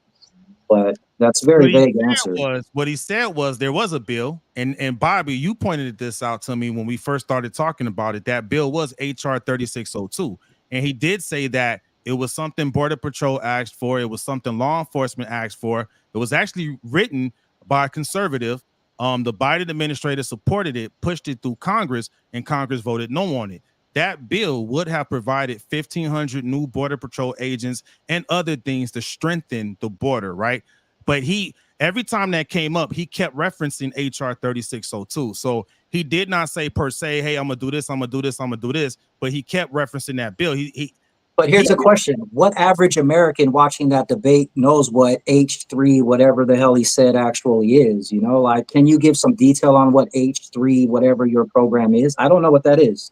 I was like, I don't know what that is. I actually read like half of it. It was a hard read because it was boring. But that's how bills are. Huh? I know. Let me answer this question real quick. That's why, technically speaking, is here. We give you news you could use, baby. Come on now. That's why you tapped into us. We gonna point you in the right direction. Let's go. What were you saying, Bobby? Okay. So as I read through the first like 30 pages of the bill, I was like, okay, all of this makes sense. It was in fact giving additional funds to the Border Patrol. It was like in lockstep with everything that I'm thinking that needs to happen at the border. Of course, Border Patrol needs more funding. We need more bodies on ground. But the idea of having bodies on ground doesn't mean nothing unless you're enforcing laws that are already on our books. And that last part again. Sorry, I was reading a comment on Instagram. Say that last part again. Sorry. Having bodies on the ground doesn't matter if the bodies on ground aren't enforcing laws that are already on our books. We already have laws in place for people who are not supposed to enter the country illegally. And there is a process, whether you agree with it or not, there is a process. And so for reading through this, you end up getting closer towards the end of the bill, and they begin talking about funding for Ukraine. And that's where I was kind of like taken back. I was like, oh, they put all this good stuff in here, but if you don't keep on going down to find the fluff, that's where the problems arise. And that goes right back into a statement I made earlier, where tax-paying United States citizens like us deserve for our money to stay here at home. Good point. Good point. Not funding wars, not funding Iran, not funding Ukraine or Russia, not funding wars. Wars are fought by young men and young women, where you have older people sitting at this juncture where they get to make these rules and apply these rules, but they're not the ones whose lives are going to be put on hold for that. And good point. I think that's another episode we could spin off and do. Getting back to that though, because the question was about a plan, right? How are we going to do it? There was a plan, and Congress stopped it. The comment that we got that I was laughing at was from Creative Native on IG. He said all Democrats do is talk about bills and what they will or won't do, then do the complete opposite. Don't understand that, because it was actually a conservative, a Republican that wrote that bill, right? And the Biden and Harris administration supported it and tried to pass. Well, they passed it through Congress, but Congress voted no on it. So I don't understand the connection there. Because that if a conservative wrote the bill, right, and then Democrats supported it and passed it to Congress, that sounds like bipartisan to me. Unless I misunderstand bipartisan. I know I'm just now learning government, but if something was written by conservative and it was pushed by Democrats, sounds like bipartisan to me. So I don't understand the connection on that one there. Because so in essence, with the conversation Donald and I was having, right? Because there's a recurring theme of blaming Kamala for the border, right? What Walls did in that question was he reiterated the fact that Congress controls the border. They control the budget for the border. Anything that happens at the border goes through Congress, right? And to be honest, that was important because when this whole thing started out, I was sold on Kamala messed up the border. So starting this whole journey with y'all, Trump had my vote. So I'm like, yeah, border's effed up, economy's effed up. We need Trump back in. But then as things started lining out, and it was you, Bobby, that helped me realize this, I did not realize that Congress controlled the border. So that had me asking the question. I'm like, well, how can they blame her for the border when Congress controls that? I'll tell you why. If the VP, and I'll reiterate the question, how can you blame the VP for something Congress controls? You're not going to win this one, Bobby. You're not going to win this one. Go ahead. It's not about winning. It's about understanding, because You're right. I don't understand it. It's like jurisdiction, right? It's like blaming U.S. law enforcement for all the problems happening in Mexico. That's not their jurisdiction. Yeah. You know what I mean? Yeah. So typically, vice presidents are given like several tasks or like special jobs that they do around America, involving livelihood of Americans and stuff. And one of the things that was given to Harris was the issue at the border. If I'm not mistaken, she was supposed to find the root, the cause of why so many people were coming here. But obviously, if the United States government is, hey, we'll give you this, this, and this, and this, that's your root cause. Don't bless disobedience. Don't give people an incentive to come here and break our laws and then be mad at Americans when Americans are like, hey, hold on a second. There's a lot happening here aside from crime. Our hospitals are getting overrun and packed with people who are needing aid, but these hospitals are being paid for again by taxpayer dollars, and so taxpayer dollars are being taken from Americans who need them and being given to people who never paid into a system. So those are with that being said, who's responsible for all of that though? Who controls the border is the question. When it comes to our pillars of government, who is responsible for the border? What faction of the government is responsible for the border? What branch of government? What branch of government? There you go. So yeah, I guess I would agree with that. It would be the legislative or judicial. But it's Congress. It's Congress, exactly. And that again, and I had to learn this, right? Because again, that goes back to, we've had conversations of fake news and stuff like that. Yeah. I was sold on the fact that Kamala messed up the border, and they even keep saying Kamala's open border. There's a lot that can't even happen if Congress controls the border. That's the thing. Like, I was like, wait a minute. I kept noticing that throughout the whole debate. Is Vance even kept going back, no matter what it was because of Kamala's open border. After it was fact checked in the presidential debate, it was fact checked here multiple times that she can't do that. That's actually Congress's area of responsibility. He kept hanging his hat on that. I'm like, how can you hang a hat on something that's not a fact? You know what I mean? Congress messed that up. I'm seeing comments on IG. Creative Native said that Kamala was the deciding vote that blocked the bill. The math isn't mathing on that. I would need to go back and look at the votes, which we can do. So that's what I was going to tell you. There were 33 actions where she was the tie-breaking vote in 33 instances since she's been vice president. And I'd have to go back and check too, but I know for sure earlier that I was reading on one of the DocGov websites that she is in fact the tiebreaker on these. And that's another thing that's like the job of the vice president. They are tiebreakers whenever it comes to the House what gets passed. It is. If they can't decide, both parties are at a head. They have to bring the vice president and say, okay, what's your vote? But I don't think it was nowhere near a tie on that. The HR, what was it? 30. There it is. It's MRQ. 3602. Let me look it up right now. There was. I get what you're saying, right? But that would imply that there was a tie at some point. But there was I forget the numbers. Show me here it is right here on Congress.gov. It failed 215 to 199. There is no tie.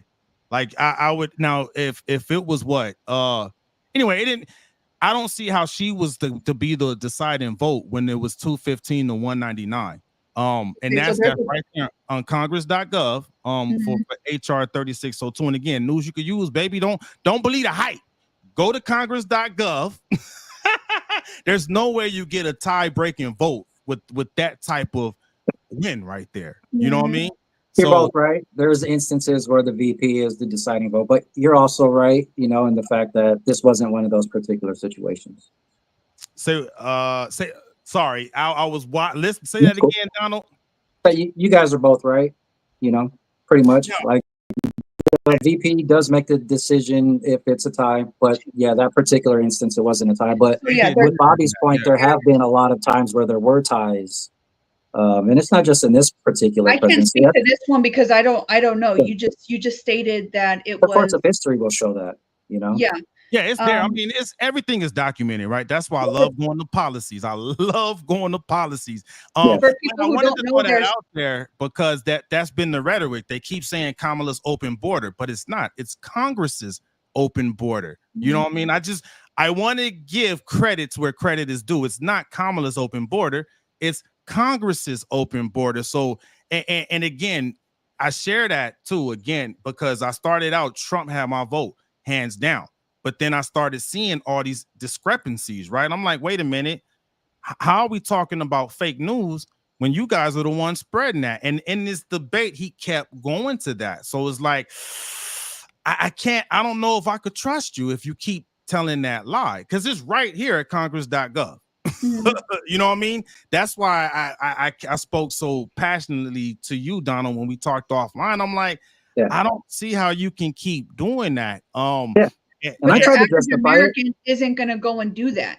I tried just to. They're going to say CNN told me this, and so automatically I believe it. The rest of you are fascists. Like what? And I was part of that. I was guilty of that. That's what I saw on the news, and I'm like, oh yeah, Kamala, she messed up. She's the border czar. She messed it up. Yeah, I tried to do everything I could to, debate that particular instance, and yeah, you're right.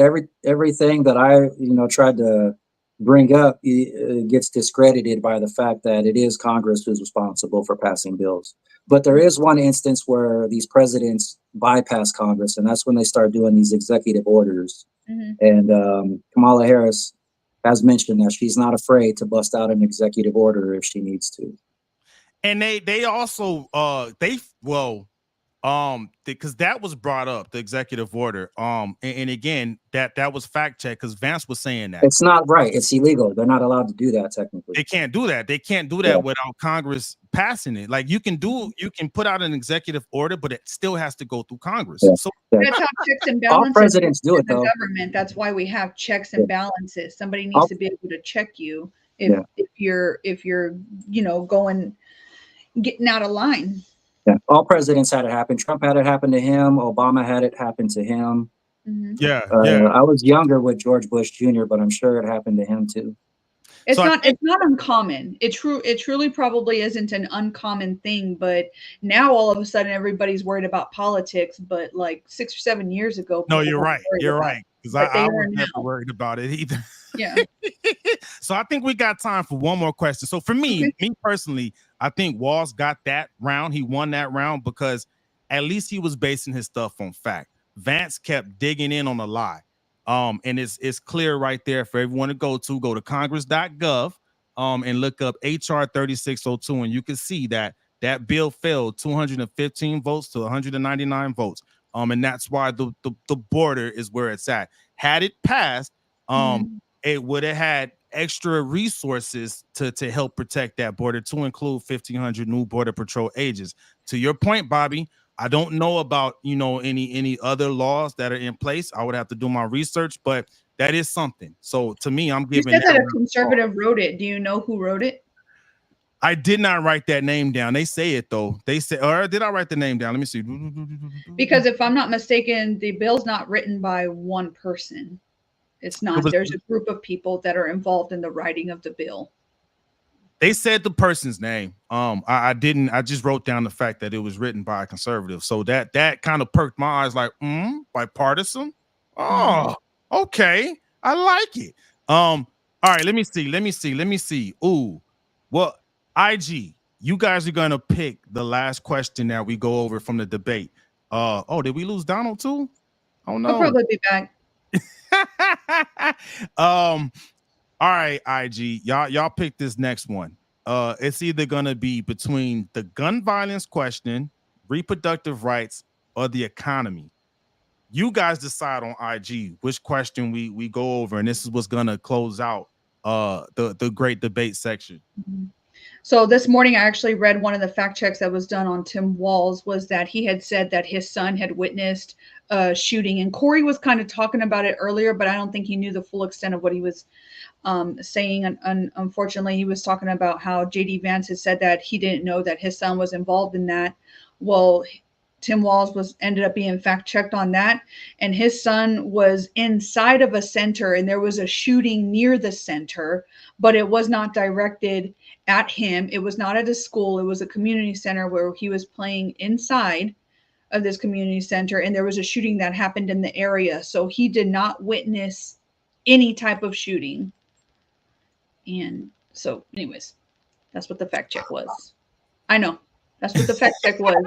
That's cool. I mean, lies are lies, baby. If he's lying, I would say he's afforded a few amount of lies since we just pulled out a big one from Vance. So, hey, who has the better lie? I don't know. Say what? I don't know. I don't know. I don't think anybody should be lying. It's just so difficult for everybody to tell the damn truth. Tell the damn truth, So man. hard. Oh, here we go. Did we get an answer? Let me see. Whoever runs the house out of the Constitution, they on that LA cap, internet cap. What? They going off. What are y'all? They're going crazy, huh? Say what? They're going crazy, huh? Should I check out the? You know what? You choose, Dr. Poole. Well, because we got time for like one more question to go over from the debate. Choose between either the economy, reproductive rights, or gun violence. Let's go with climate change. No, I'm kidding. I was like, okay, I mean, it's on there, but we could go with boring, to be honest. Let's go with inflation. I got some notes on inflation. The economy. Yeah. Now that affects everybody's pocketbook. I told Geronimo that. What affects my pocketbook at the end of the day? What's gonna either make me money or what's gonna take my money? So. All right, so IG chimed in. So let's make time for two. They said gun violence. You said economy. So let's you run do gun violence. I got notes on both. You want to do gun? Oh, let's do gun violence. Let's run that on gun violence. Let me see. What was the question? See. So the question was, do you think holding parents accountable can curb mass shootings? They were referencing the shooting that happened kind of right before the debate. And that was the main question that they ran with, and we'll start with you, Bob, on how you thought each person answered that question. So in the instance of this previous shooting, yes, absolutely, the parent should be held accountable because that parent knew that their child was a red flag and still decided to give them a weapon that they were too young for, knowing the capability and the mentality of the kid. So I do think in this specific instance only, should the parent have been held accountable. There have been other ones where children either where parents have their weapons put away and kids go and steal them. They go out of their way to do stuff like that. Yeah. That's different. I think that's different, and they are making big adult decisions on their own accord, and that could be that's not every single parent's fault. It's not. Yeah. But for this specific instance where that one kid went and shot up the school, I think he killed like 4 kids or something. I think it was like 14. He was like a kid. He wasn't like he just started school. He was a kid, and they sentenced him as adult, which is good. When I saw that, I was like, okay, cool. Yeah. Finally, the justice system is working. He's going to jail. Absolutely. Like, he's going to jail. He's going to be with the big folk. You know what I mean? He's about to lose his virginity. Anyways, no, this kid is done for. But I do want to offer this kid, even in the darkness of his mind, just a little bit of grace and hope that he receives some mental rehabilitation for that. I hope that wherever they put him, that he gets mental rehabilitation, because you can throw the book at him all day long, but if he doesn't actually get the mental health help that he needs, the problem is going to stay there. Yeah, good point. How do you think they answered the question, Donald, or how well they answered it? I think they both did a pretty good job of being compassionate and showing vulnerability during this particular segment. I like how Walls relied on his personal experience with Sandy Hook when he mentioned how he was there for the Sandy Hook folks. And then asked him a question, you used to believe in assault rifles being cool. And then what made you change your mind? And he was like, well, I sat down with the people from Sandy Hook and that changed my mind. And I thought, for him, that was a powerful statement. That was very powerful. Yeah. But he also spent a lot of time talking about how things are done in other countries. Like he was spending time talking about Finland and how Finland handles gun violence, I guess, and how their numbers are down and whatnot. I like how Vance mentioned that the details matter. Like Bobby was saying also, I agree with that statement. To make a general statement that if a child uses a parent's firearm and commits murder, that all parents should be held liable. I don't necessarily agree with that logic. Good point. But he also mentioned Vance also mentioned some things to do at the school. He mentioned up in security, things like doing better locks on doors and taking more precautions to prevent these things, as opposed to Walls, who pretty much was just saying how bad guns are in general. He didn't, or at least I didn't hear from Walls actual steps that he would take to ensure that these schools are safer. But I might have missed it. It seemed like he spent a lot more time talking about things that are happening in Finland. Yeah, he did. Let me see. But here's the thing. Here's my overarching goal. All right, this was my own personal opinion that I got out of this. All right. When I was in high school, you went to Gardena High School. We had GPD walking around on campus. You know what I'm saying? So I never experienced a riot at Gardena like I witnessed when we went to Lusinger and saw that riot at Lusinger happen, even though Lusinger had police guards on duty too. So, I think it's one of those things where in high school you get security measures like that, but is it necessary in elementary schools and junior highs? And Walls was mentioning how you don't want to have kids running around and seeing security guards and this and that. But I think when we had law enforcement on the school grounds, it, I think, made our school a little bit safer than what it could be. Because Gardena was a public school Gardena was a public school. It could have been really bad, but I remember GPD walking the campus. I do too. And was it always there? Because I think you got there a year after me. There was a big riot on my freshman year. It was the same when it was the blacks and browns. It happened too. Same thing. It happened in Lusinger. It happened because it would always spill over from the prisons, right? And it would happen at the schools and stuff like that. And just for anyone watching that's not from LA, and for you, Bobby, when we were in high school, and even before our time in high school, there was always bad race riots, man, between the blacks and the browns, man. That's why you would always hear Tupac and them always try to bring blacks and browns together when he'll say, it wouldn't be LA without Mexicans. You know what I mean? He was trying to unite Black love, brown pride in the sets again, right? So Wilson. But no, Mexicans were fighting Black Americans. Yeah, man. It's always been like that. I think it's gotten better. I'm not in LA right now. I don't know. I don't know. There's charter schools now, though, so it's different. The whole school system is different. There's charter schools and these private schools now that a lot of people are sending their kids to. Like public school is only for impoverished neighborhoods nowadays. It seems like, Nah, it was bad though, man. I mean, it got better, but even when we had the Gardena PD, there were still shootings and stuff. Man, it was a couple of times we had to go on lockdown, man. With all the gangs we got at that, dude, we had a lot of gangs at that school, man. I mean, for the most part, they got along, but I can only think about maybe once that I could remember there was a shooting during our time there. And then before that, we did have that riot my freshman year, which was like 95. There was a bad riot. So I remember, I hopped the gate and I ran to the bus stop and caught that door home. Because at the time I lived in Hawthorne, and we was in Gardena. So that would be for you, Bobby. That would be maybe catching a bus from like Alamo Ranch to Converse. You know what I mean? To get home. A long ride. It was a little bit of a ride. And then we got North Star Investor said even in San Bernardino County too, at Chaffee High School, it was happening. Southern California, that was pretty bad. So I think, like Corey said before, he had to jump off, keeping it hood, right?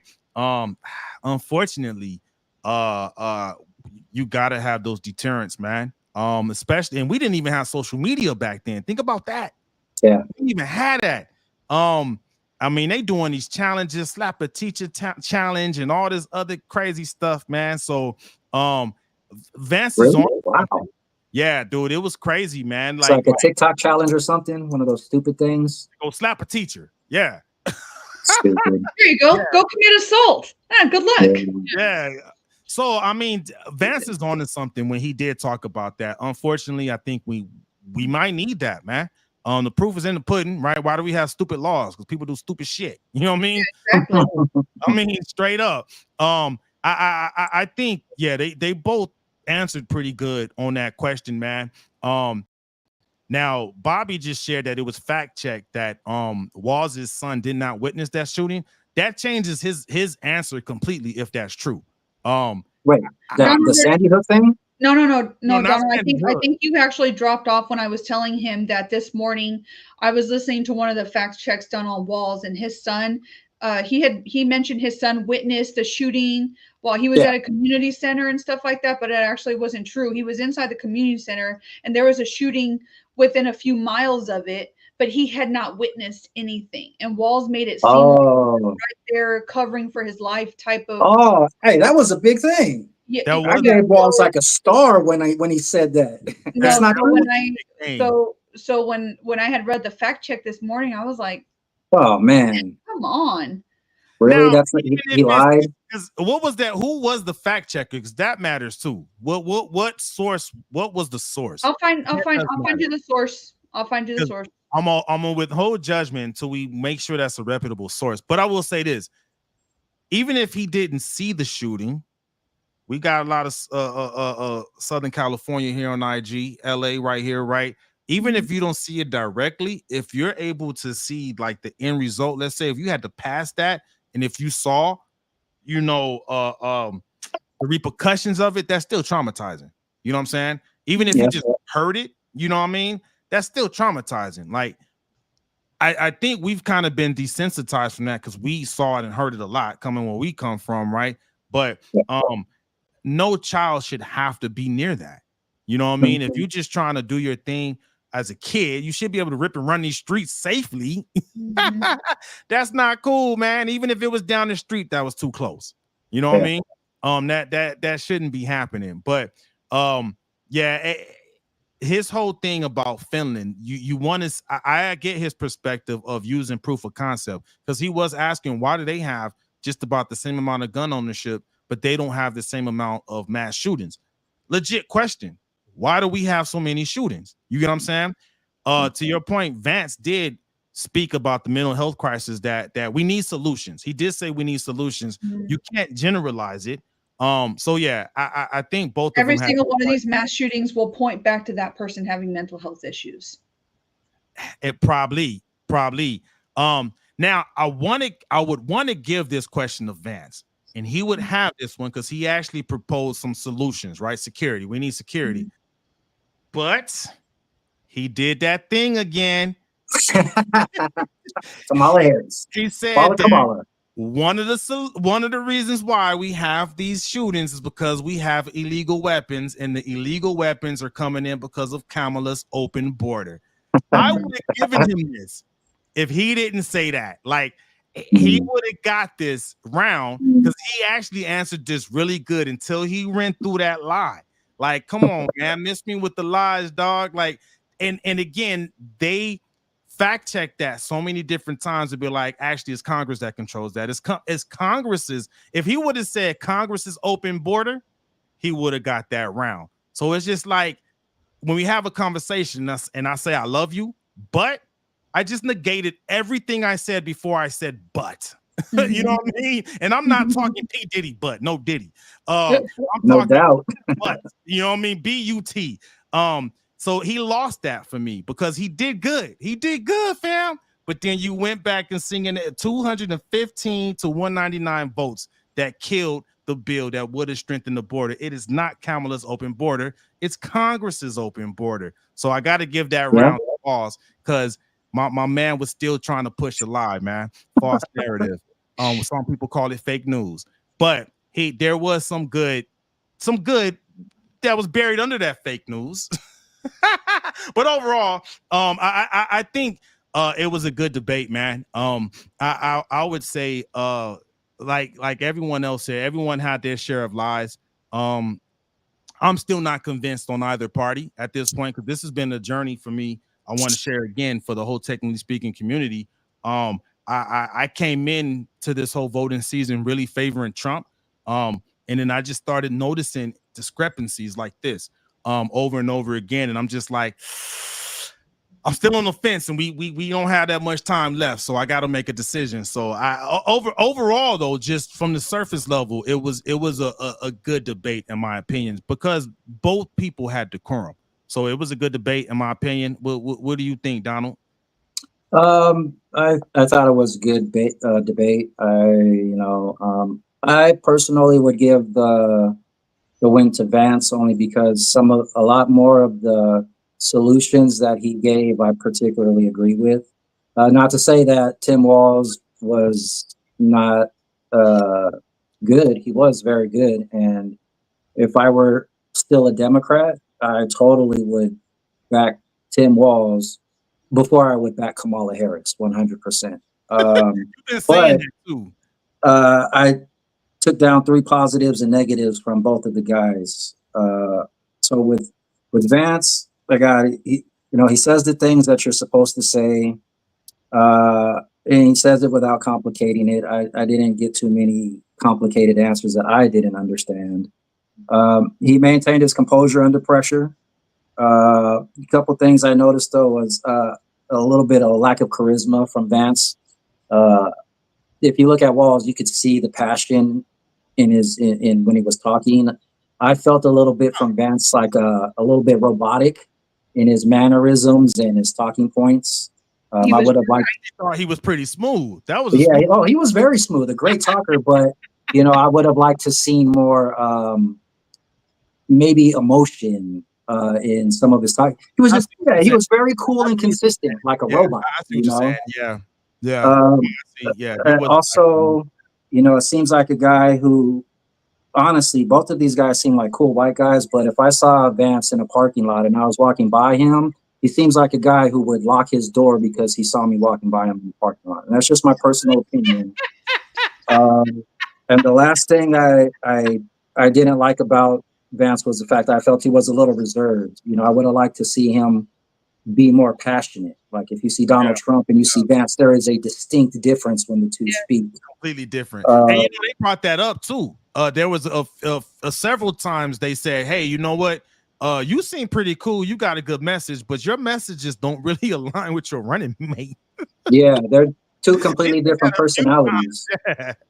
And then what I got from Walz was, he had a lot of energy and passion, especially for his age. He seemed like he genuinely cared. Seems like a genuine nice guy. And he kind of had that grandfather feel. Like when I was sitting there listening to Walz, I was like, okay, Grandpa, I get what you're saying. I don't agree with all of it, but you had a nice way of talking to me. And I appreciate that from an old white guy. Some of the negatives, though, he's from a smaller state. He talked about how he grew up in a town of like 800 people, and then he governed a small, the numbers of the population in Minnesota is like 7 or 8 million people in a 2001 poll that I saw. And like out of those like 7 million people, like over 4 million of them were white. And so it was like a huge difference between the Caucasian population and the rest of the population. And so for me, that kind of made me think that Walz has a smaller mind frame on life. Can he really handle the tough situations that a California or a Chicago or a New York is experiencing if he's never experienced those big city lifestyles, So that was kind of a small negative for me. And then just a couple other things real quick. I got that I think Walz would have a better chance of running for president than Harris. I do think he did a better job than Harris did. And he seems like another Trump hater instead of a country saver. I heard a lot of Trump hate, and I heard we'll make bills, but I didn't hear too much substance about steps and plans that he has. That's what I got out of it. Both Donald, great guys. Can I ask you a question? Sure. It'll just kind of probably be, it doesn't necessarily have to be something factual, just your personal opinion. I keep hearing the same rhetoric. We keep using that word, but people keep saying, oh, Donald Trump is a threat to democracy and stuff. And I hear that, but on the same side, I saw that for the some things didn't go correctly. If I was voting as a Democrat, I think I would be upset that Harris immediately got appointed to that position without giving any other Democrat the due process of being able to stand in those shoes and be able to run and campaign as president. Instead, Yes. she was just given the baton. And which actually goes against how we run as a constitutional republic, because a lot of people keep saying America's a democracy. We are not. We are a constitutional republic.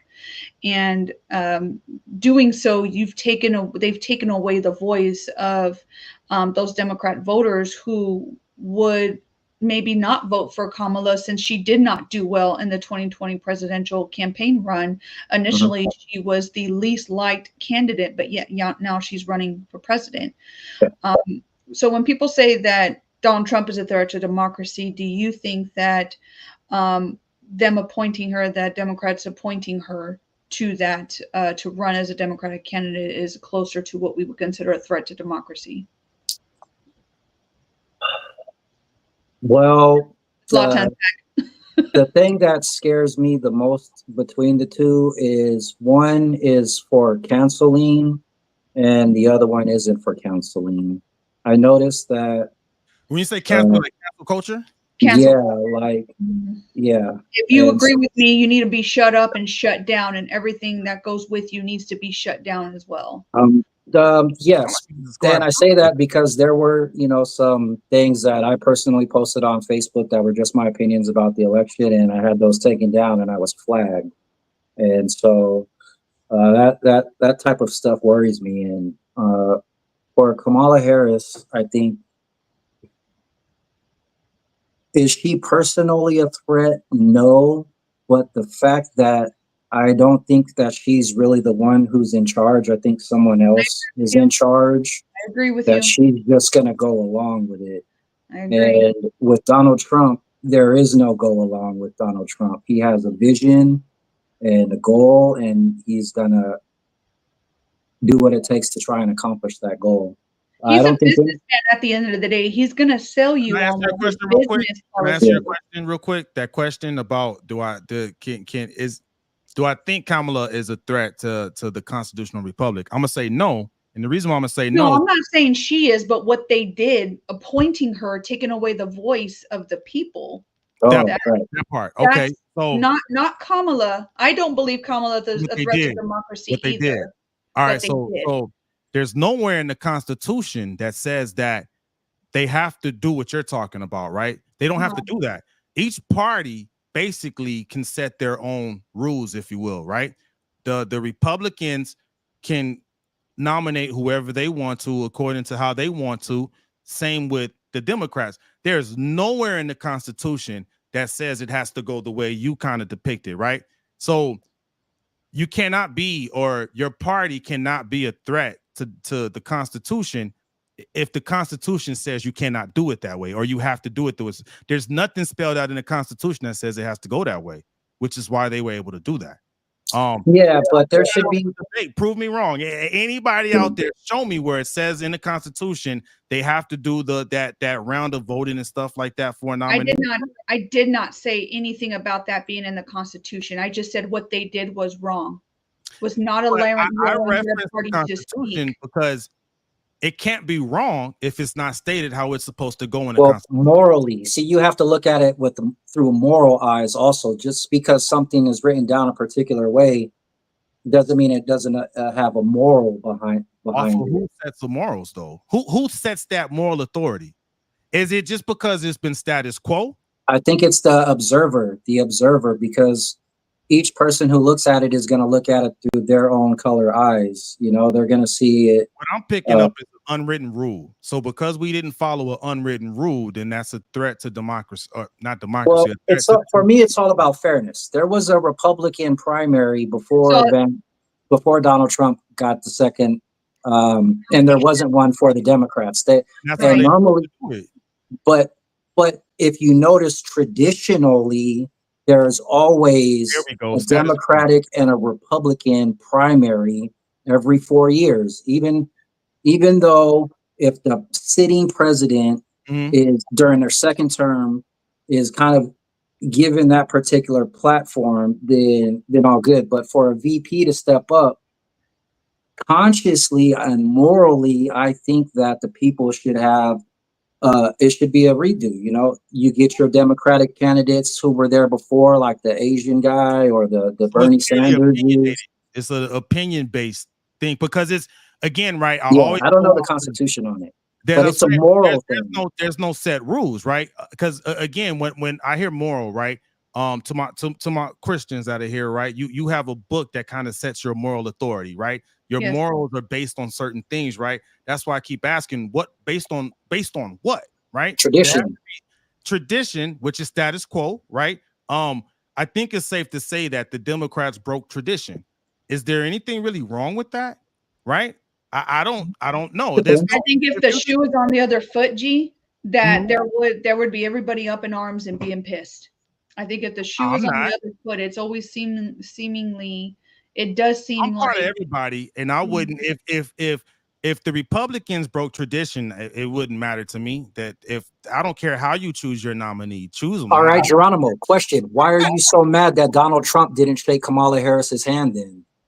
It's decorum. It's respect. It doesn't matter. There's no written rule in Congress that says you're supposed to shake hands before you go out there and have a debate.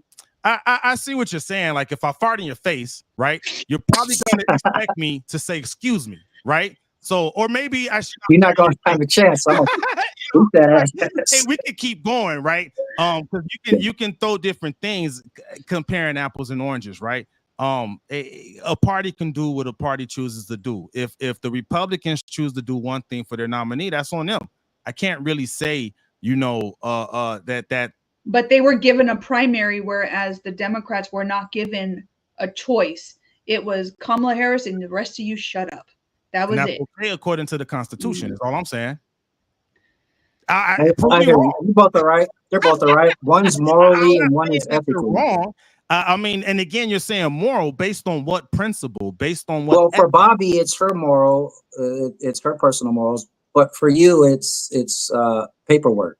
You know, it's more along the lines of what's written, and that's the difference between humans in America and why democracy is such a beautiful thing, because you got you and you got you who are two completely different people. One has a lot of morals, the other one likes facts. Maybe facts is the wrong word, you know what I'm saying? I like that. No, we can roll with that. I like facts because that's why I like policy, right? It's written, right? It is written. There's black and white. Neither are wrong. Right? Nothing's wrong. Like, because again, I'm not a Christian, so I don't operate on the same moral values that you do. So that's why I'm like, what morals? If it's a Christian-based moral system, right, that said they should have had a primary election, I don't subscribe to that. So the only thing I could go to that's common to us all is the Constitution, right? And if it's not written in the Constitution, in an amendment, in the bill, in the law, in a local ordinance, how is it wrong? You know what I mean? That and I will ask that for every single thing. And even to your point about the handshake, maybe it wasn't wrong, right? It's just a gesture, right? That is a common courtesy, right? But Trump is not the person that gives common courtesies. No, not when you disrespect them the way Kamala Harris has. I wouldn't shake her hand either. And there's disrespect on both sides. Yeah, right? she shouldn't have went up and introduced herself. Donald Trump went out on that debate stage knowing damn well that he was going to be quote unquote outnumbered. He knew that his opponent was going to have the support of the two moderators. He knew immediately all they were going to do was attack him. And quite frankly, that's what they did. They did it. They did exactly. And of course, she got underneath his skin when she started mentioning about his rallies, which, by the way, shout out to Donald Trump. He just went back to Butler. To be fair to the VP candidates, this was their highlight. I don't want to take away from what they accomplished. I think they gave a good show, right? I don't want to deviate too much away from Vance and Walls was the star of this episode, right? I don't want to take their shine away from them. So kudos to them. They showed up. They showed out. I believe Bobby and Dr. Poole think that Vance won. I'm not giving it to either one of them. There are moments that I was impressed by both sides, but I'm still at a point to where no one has still impressed me enough to be like, I'm going for that candidate. Because I believe, right, the whole purpose of the VP is to try to sell their running mate, the president candidate, right? I'm not convinced either way, to be honest. I need to see more, which is crazy because we still got we don't have there's much less time, than 30 man. days. There's What do 30 they have to do to get your vote? What do they have to show you to get your vote? I don't know, man. I'm not impressed. Paperwork. He wants to see that paperwork. I gotta see the paperwork, and to be honest, I haven't had a chance to read Kamala's policies, man. I really gotta take some time to read her policies and compare them to Trump's, and it's really gonna come down to which policies are best for me, as it should be for everybody, right? Bobby, you've expressed how, for the most part, Agenda 47 speaks to you, and that's driving your decision to vote for him, as you should, right? Same with you, Dr. Pooh. I don't think you said you read Agenda 47. I'm not sure. No. Was that the one you sent me about the wall? Oh, well, maybe. Or was that the one about the not allowing jihadists into the country? Which one? Oh yeah, that was in Agenda 47. That was Agenda 47. Yeah. So yeah, that's crazy. So, overall, good debate, good discussion, healthy debates too. That's why we called it the Great Debate. I like the title. Thanks for joining us, man. One more time, let them know how folks could get in contact with you if they're in the right areas of Los Angeles and they could use some pool services. D_R_pool or D.R.pool or Donald Rumpf. And you could do that on anything, on Instagram, Facebook, YouTube, X. It's RUMPH. It's like Donald Trump, but you just drop the T at the front and add an H at the end. That's what's up. Hey, thanks again for joining us, Bobby. Let them know how to get in contact with you if they're in the San Antonio surrounding areas and they need water restoration services or mold removal services. How to get in contact with you for that, man? So I actually have 2 Facebook pages. You can either come and find me at Patriot Carpet Cleaning. You're going to know because I'm going to be shown as the owner. I am a disabled veteran. Both of my businesses are disabled veteran-owned small businesses in the state of Texas. And you can find me on IG at bobby.lopez.5. I'd be more than happy to answer your questions. If you have water mitigation issues, mold issues, send me a DM. Let me see what I can do for you at no charge. I'm just offering you some advice. Holler at her, and it only better be about that on the podcast. Don't be trying to be funny, man. And then you can get in contact with me at tech_Von_go at all platforms except for TikTok. And I do have 2 units in an upscale area in San Antonio. Hey, I might want one of those, bro. What's your Come we'll on talk down, afterwards. Let's talk afterwards. Come on down. For any military active duty that may be PCSing into the area. This is Mill City, USA. So holler at your boy if you need that, or anyone else. Maybe you're a traveling nurse or anything like that. You need an upscale unit, an upscale place in San Antonio. Holler at your boy. Other than that, IG, I love y'all. All BS aside, y'all show love. Facebook, YouTube. Thanks for checking in with us, and y'all have a very good night. America.